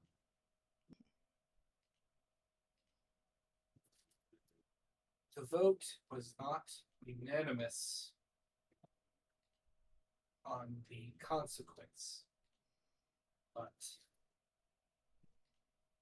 Council of Gods decided that for their actions, the Riftborn would be barred from the afterlife. Oh, so you punished people who had nothing to do with it then? Because as far as I know, there are new Riftborn being born, and they didn't do anything. And one of them just Uh, discovered like full on necromancy. Yeah, on One of- accident. Straight up resurrection. Yeah. One of the other gods says, "We believed they would be sterile." Well, you're wrong. Another, You Yeah, didn't I'm believe not- hard Well, enough. apparently you've never seen Jurassic Park.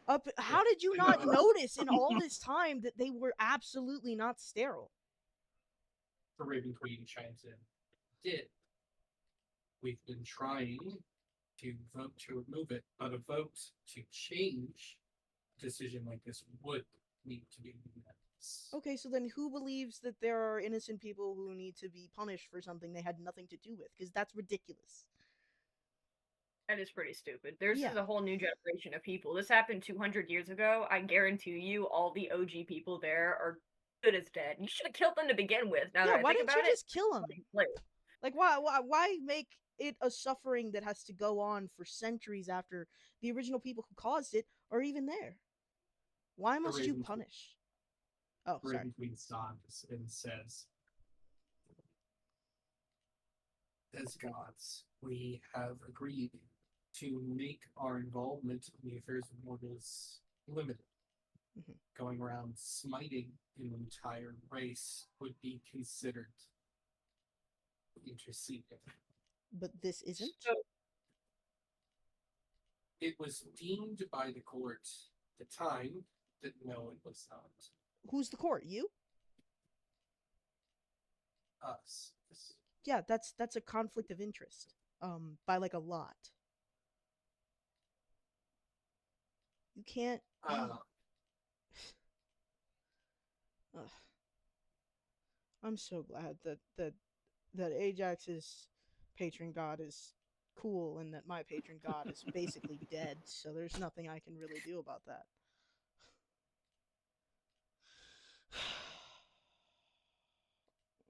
um, I think as this sort of conversation is happening, there is sort of murmuring going around the room. And the Raven Queen says, many of us have been trying to change this policy for some time. It appears now that our actions have consequences. Who would have Wow, who would have guessed? Who could have thought of this? When gods act with absolute power, there are consequences. What a fucking wonder. Oh my god, one who of could the have other foreseen? one of the other gods, who appears to be some sort of god of thunder, this is impudence, and like Im- slams fist on the table. You can be upset, man. This was a stupid idea from the jump, and you have to deal with the consequences of the actions of this court. That was a bad idea. Here are the bad idea consequences. You wanted your cake, now eat it. Impotence. Oy. The Raven Queen. The Raven Queen says, "I have bad news for you all. Even if we were to vote to change this policy now, we don't know what would have happened to Witz's soul." You did this and you didn't know. Oh my god. I thought that the gods were supposed to be like super duper smart and all knowing, but I feel like I'm like, Irrational?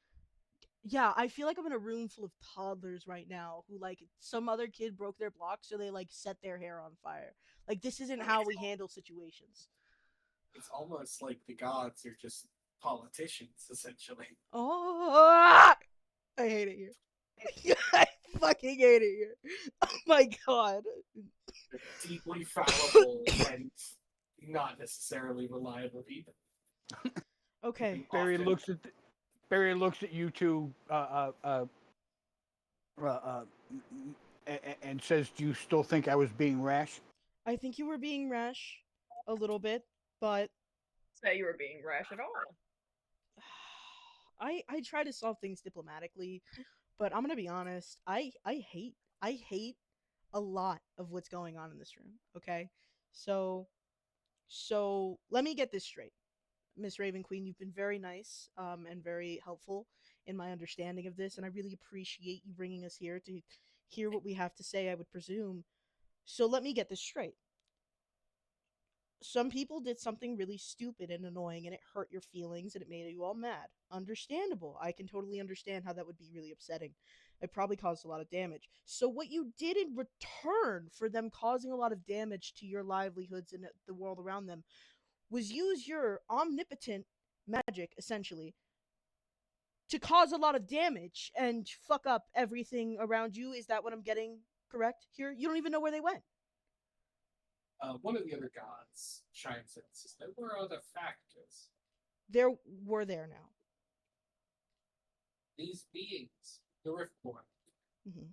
when you passed through the barrier to the land of the did you notice that your weapons were gone? I did. Have you tried to perform magic? I have not. I have not needed to. Are you saying that you can't strip them of their magic? We could not. You could have like made another place for them to go. You're gods, for heaven's sake. Isn't that like your whole thing? Is like you can just create and destroy things. This was such an easy fix. Oh my god.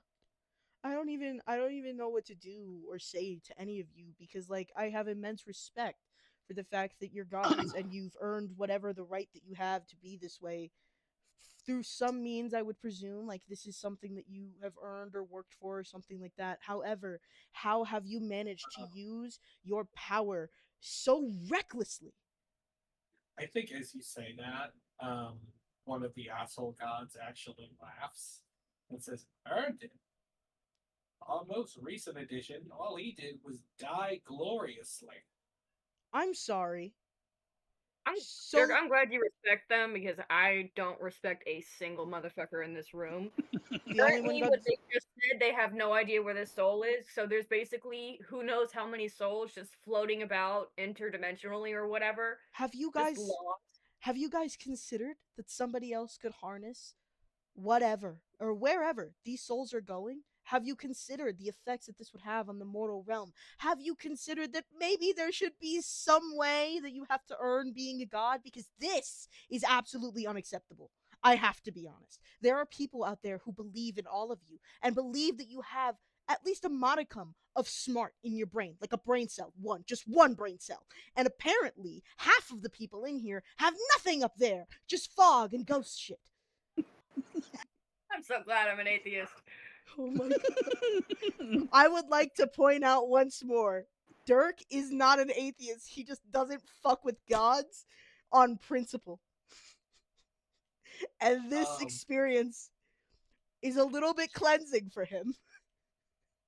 I think, generally speaking, the vibe of this room has gotten pretty rancid. I just can't accept this. I cannot accept that there are omnipotent beings who would do something so reckless.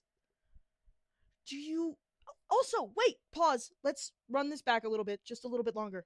I just need to run this back a little bit more. So when you said we will not interfere with the mortal realm, did that include sending skeleton people up there to like do your dirty work? Because that's still interference. The Raven Queen says, "Oh, we're still discussing that one." We discuss it faster? We as mortals have been handling the necromancy problem, and I'll be honest and I'll be very clear. There's a necromancer upon the world who is a child and has done nothing wrong and didn't even know what he was doing when he did it. And your stupid skeleton tried to kill him and killed his mother instead. And now you lost her because you made some stupid decision centuries ago about how, oh, well, since they did something we kind of didn't like, let's make all their ancestors lose their immortal souls. Like, I cannot express to you how much this is absolutely and fully your responsibility as a council. You did this. You created this monster. You created the circumstances that caused this exact thing to happen. I wanted to believe that at least there was some level of like, okay, maybe something else could have been at fault. Maybe, no, it's your fault. You did this. You have meddled so devilishly inside of the mortal realm that now no one even can say, oh, well, he just went crazy. No. You killed his wife in front of him and his kids because you didn't want to meddle and instead sent somebody else to do it. Sending a proxy means nothing. If you sent your proxy, it is absolutely still you. I don't care what you say. Oh my god. Oh my god. Like, Dirk is like slowly like melting on the floor. And he's like, you, in all the things that you could choose to meddle with, because let us not forget, there's a man up there called Jack of Blades who lives forever and wants to control my body. Let us not forget that that is a bigger issue than necromancers. I feel like you have lost the plot completely because you live inside of wherever you do. You don't look at the mortal world, really. You don't see the actual problems. You just want to pretend that you care. You only care about something that would affect you when in reality, mind your damn business. If you want to meddle the right way. Ask us what we need. But this is unacceptable. Absolutely unacceptable. Power does not give you the right. You are no better than the wizards or the race of people who did whatever they did hundreds of years ago. You are the same. You just happened to win. I think everyone in this room has been slowly slinking back further in their chairs.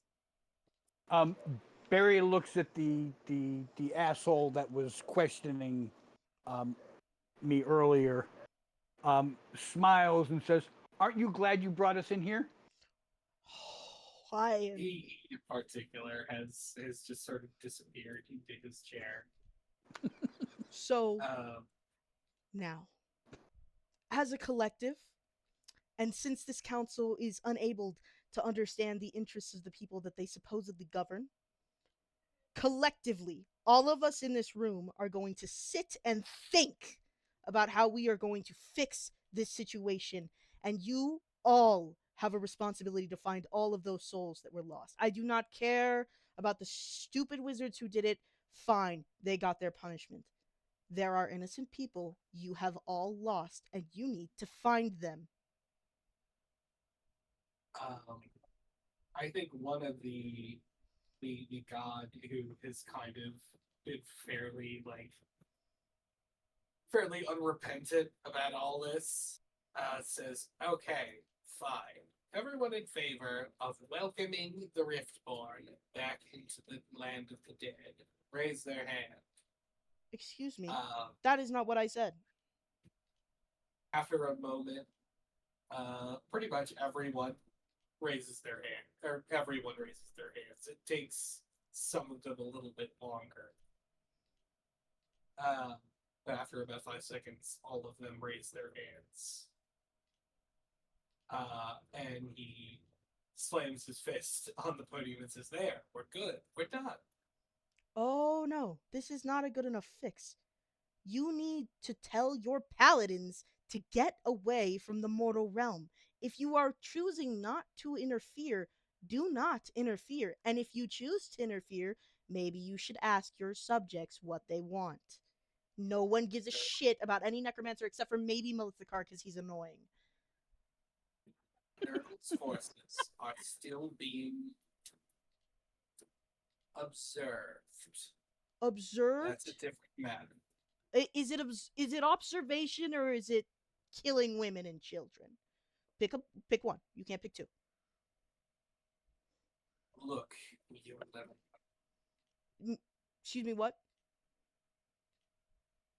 They gloss over their own statement. They say that initiative of sending the dead to deal with the necromancy problem has been divisive from the start. In all likelihood, it will be discontinued. Great. You Thanks. do it fast. Yeah, I feel like you guys are missing a lot of the nuances that the mortal realm carries, and until you guys can figure out those nuances, actually, maybe you guys should do a study abroad where you just pretend to be immortal, you grow up, it'll waste like 50 years of your life, but who gives a shit? You're immortal. You should try it. No powers, no nothing. Raw dog that shit. I think you'll find it is awful and you make it worse. Undercover boss. Huh? Just undercover boss. Yeah. I Just think that fucking I think just you'll going find down there. I think that you'll find that there's a lot more about this that I don't think that any of you truly understand. We are fighting a war. Hell, I was a child soldier. You're missing the point. All of you are.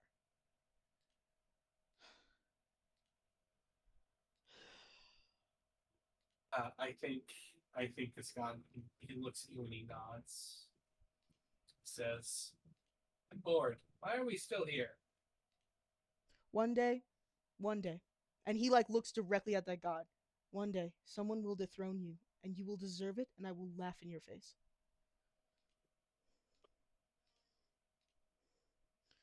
You all act like the people you're governing cannot also become gods. You said it yourself. The last person to become a god didn't really do anything. How bad do you think it would be if somebody put their mind to it? You should be a lot more concerned and maybe start trying a little. Ugh. Some of the people in this room disgust me. The Raven Queen clears your throat and says, "I believe we've gotten about as far as we're going to get here." I appreciate you allowing me to speak, Miss Queen. You just started yapping. Let's be real. Yeah. To be fair, she could have smited me dead. I could have smited you. I think, I think she looks at you all very apologetically and says, "I wish we could help you. Or, but unfortunately, believe we've done all we can. I for think now. that this last time, I think you should meddle with something in mortal affairs. There is a man I think trying to revive his wife, whose soul is not here, and who you have not found yet. And he is broken beyond belief. I don't I don't desire to cast judgment, and I do not desire any of you to do so, but I don't know what he needs. I don't know what to do. I figure, if nothing else, a god of death telling him that sometimes you just have to let go might mean more than me saying it.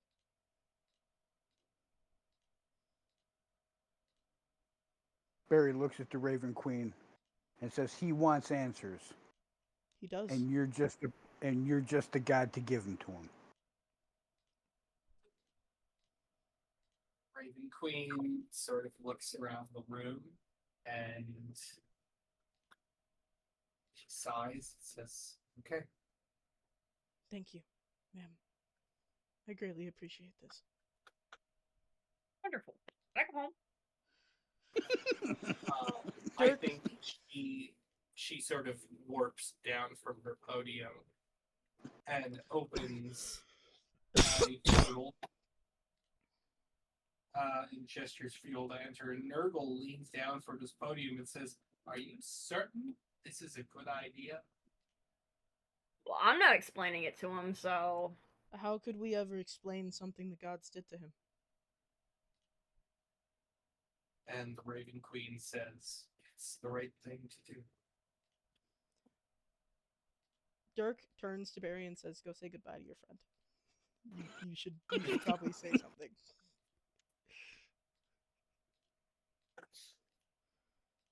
Barry just looks at the Grim Reaper and nods and says,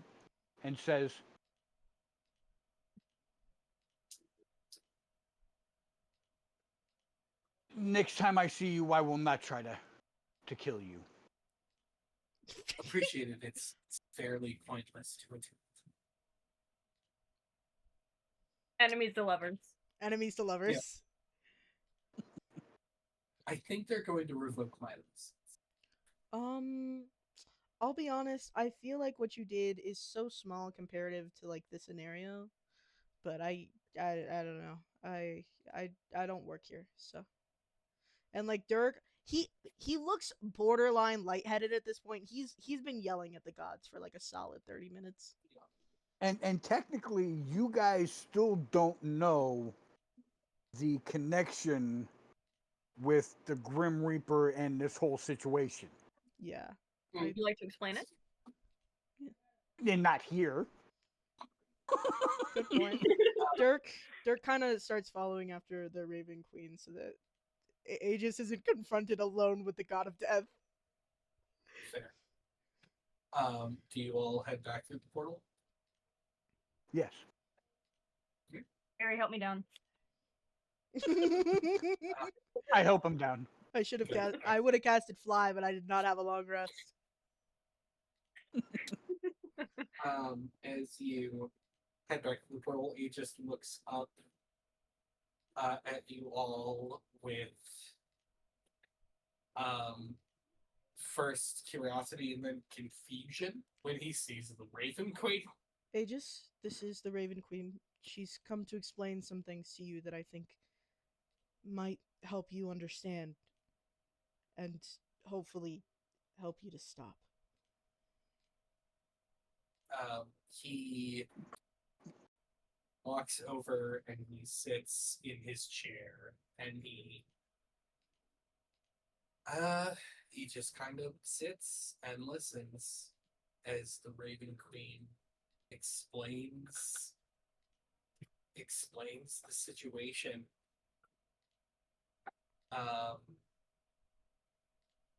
And there's a long pause when she finally stops.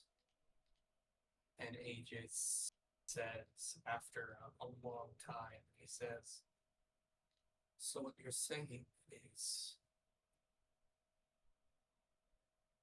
none of you know where the souls that were barred went. No.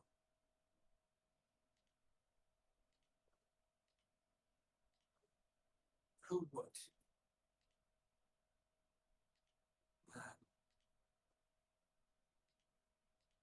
I'm not sure. He would have to be attuned to the dead incredibly powerfully. And even that is beyond even my control. I have a question for everybody in this room, please. We know two possibilities currently. I don't like either of them, but it would theoretically give Aegis reason to help us. Do we know if Malithikar or Jack of Blades could do such a thing? Maleficar? No. Jack? Malithikar did siphon the life out of somebody. Maleficar Slowly. is as dangerous as a boiled shrimp right now, okay? He's not doing nothing. Okay. And Jack? As far as you know, Jack does not really have magic powers. What? Yeah, but he has the ability to possess people who have magic powers. Yeah, Jack's an entirely other being of bullshittery, I feel. It could be voodoo. Aegis stands up from his chair and he approaches the Raven Queen. And he kind of almost drunkenly kind of slumps over her. He puts like his arms over her shoulders like he's hugging her. He's not hugging her. I'm so suspicious. She does. She pats him on the back and says, "I'm sorry." And Aegis, in a monotone voice, says, "I'm sorry too, No. but I need your power." Aegis. No.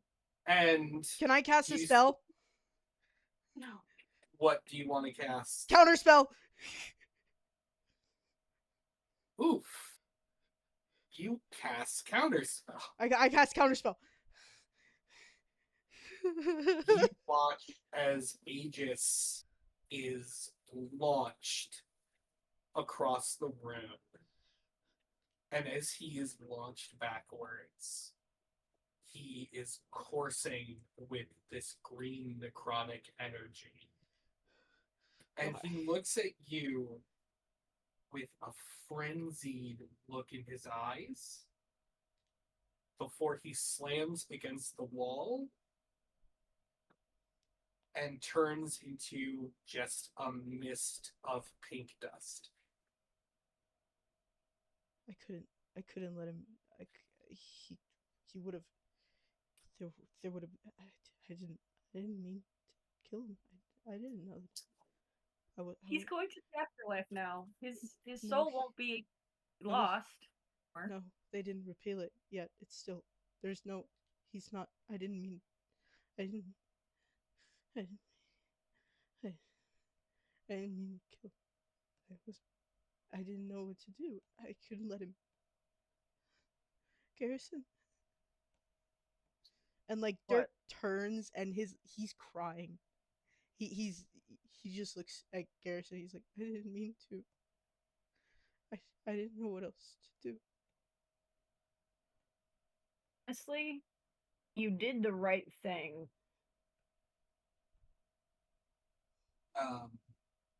As you are kind of reeling from this, Barry, you, I think, are the one who notices because you're a little more detached from the situation. You notice all of the formerly dead bandits in this room are alive again. It appears that Aegis did make good on his promise. Okay. to restore the lives that you've taken.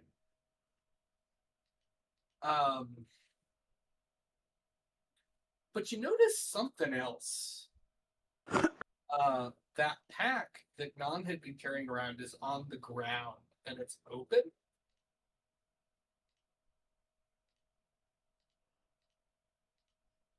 And you notice what has come out of it. As Dirk, you feel two cold arms wrap themselves around you in a hug. And you hear, "You couldn't have known what would happen, kid." Huh?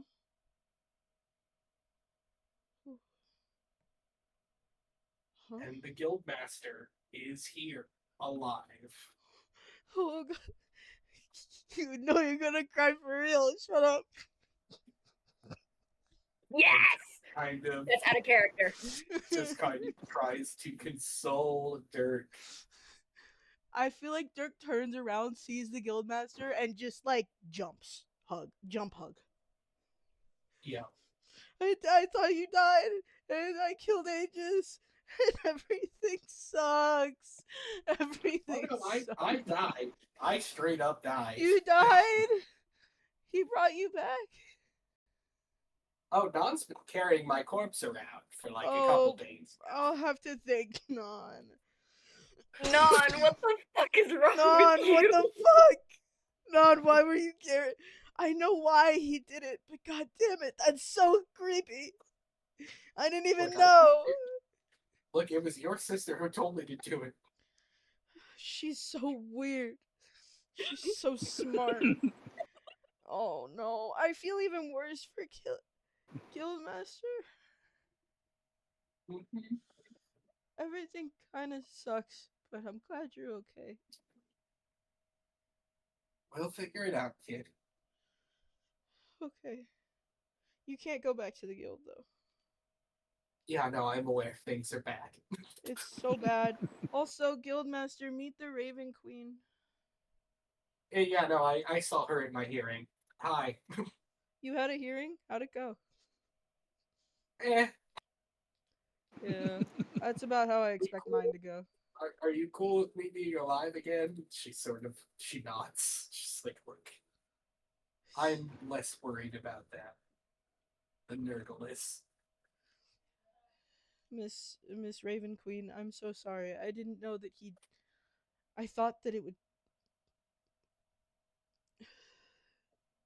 I tried. I keep trying to believe that everybody can be saved, and I just don't know anymore. I'm so sorry though, and I, I'm glad that you're okay. Thank you. I'm not sure what spell he was trying to cast, but I He's been get the impression siphoning. that- He can siphon the life and magic out of mortal creatures. I would assume he was doing the same to you. Well, I the thing is, Bro's an immortal creature, so who knows how much or what could have happened if he siphoned all that. I I would presume it would kill him or it would turn him into a god. And I'll be honest, it took I thought of Aegis as a god, and I couldn't. I he would have decimated everything like this. She kind of looks around the room and says, are these folks with you?" Looking Uh, at the bandits. yes, they'd be people who um were part of the consequences of the actions that happened that day with the paladin. I think we should just take them home. They're from the nearby village, yes. I think I know. Um, She waves her hand and all of the cages unlock. And then she waves another and a portal appears on which the other side you can see is the village. She says, Oh, we should get you all out of here. how are we going to explain to the boys? I will. I'll do it. I'll explain.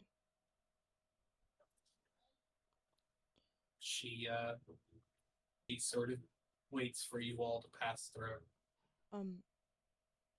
Miss Raven Queen.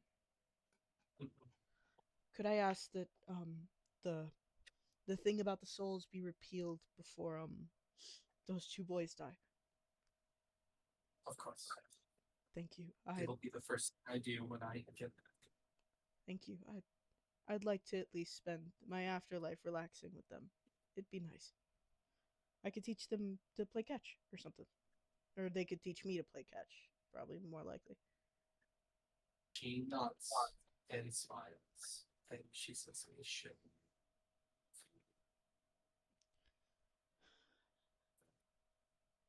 Do you head through the portal? Yeah, I mean, Yes. she's pretty trustworthy at this point. I really fuck with her. I'm sorry. I'm taking a second. Yeah. You all head through the portal. That's great. You all head through the portal.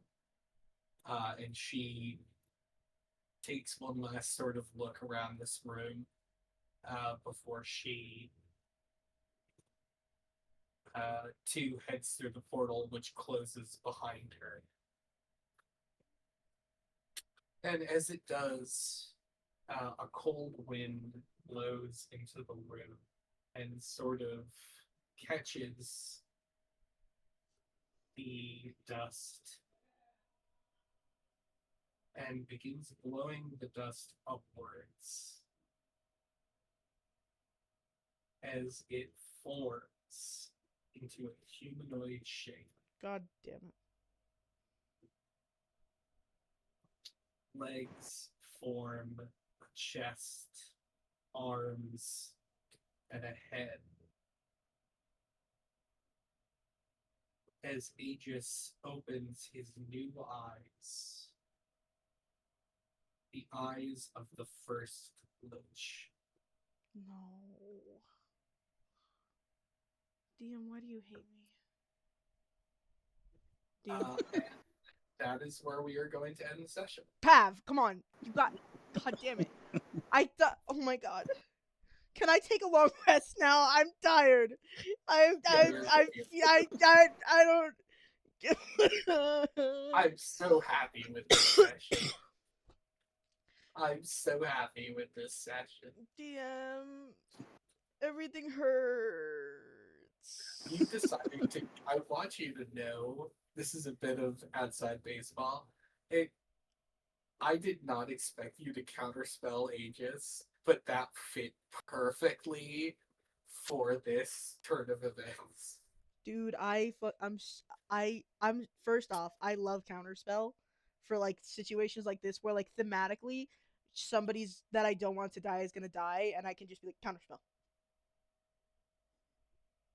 Nobody saw it. Yeah. But oh my god, I'm sorry. I'm struggling right now. Hold on. I need a second.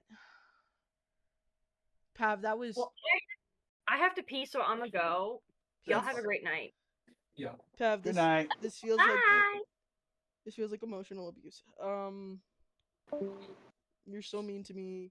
You brought back my Boogie Guildmaster. You killed and lichified Aegis. Counterspelled. Yeah.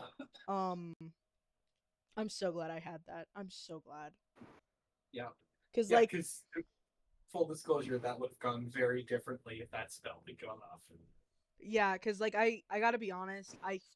I feel like in Dirk's mind, it took him like half a second to weigh the pros and cons of this. He was like, Aegis is my friend, but Aegis absolutely will destroy the known world trying to find his wife. And Raven Queen is seemingly one of the only gods on the council who has a modicum of sense.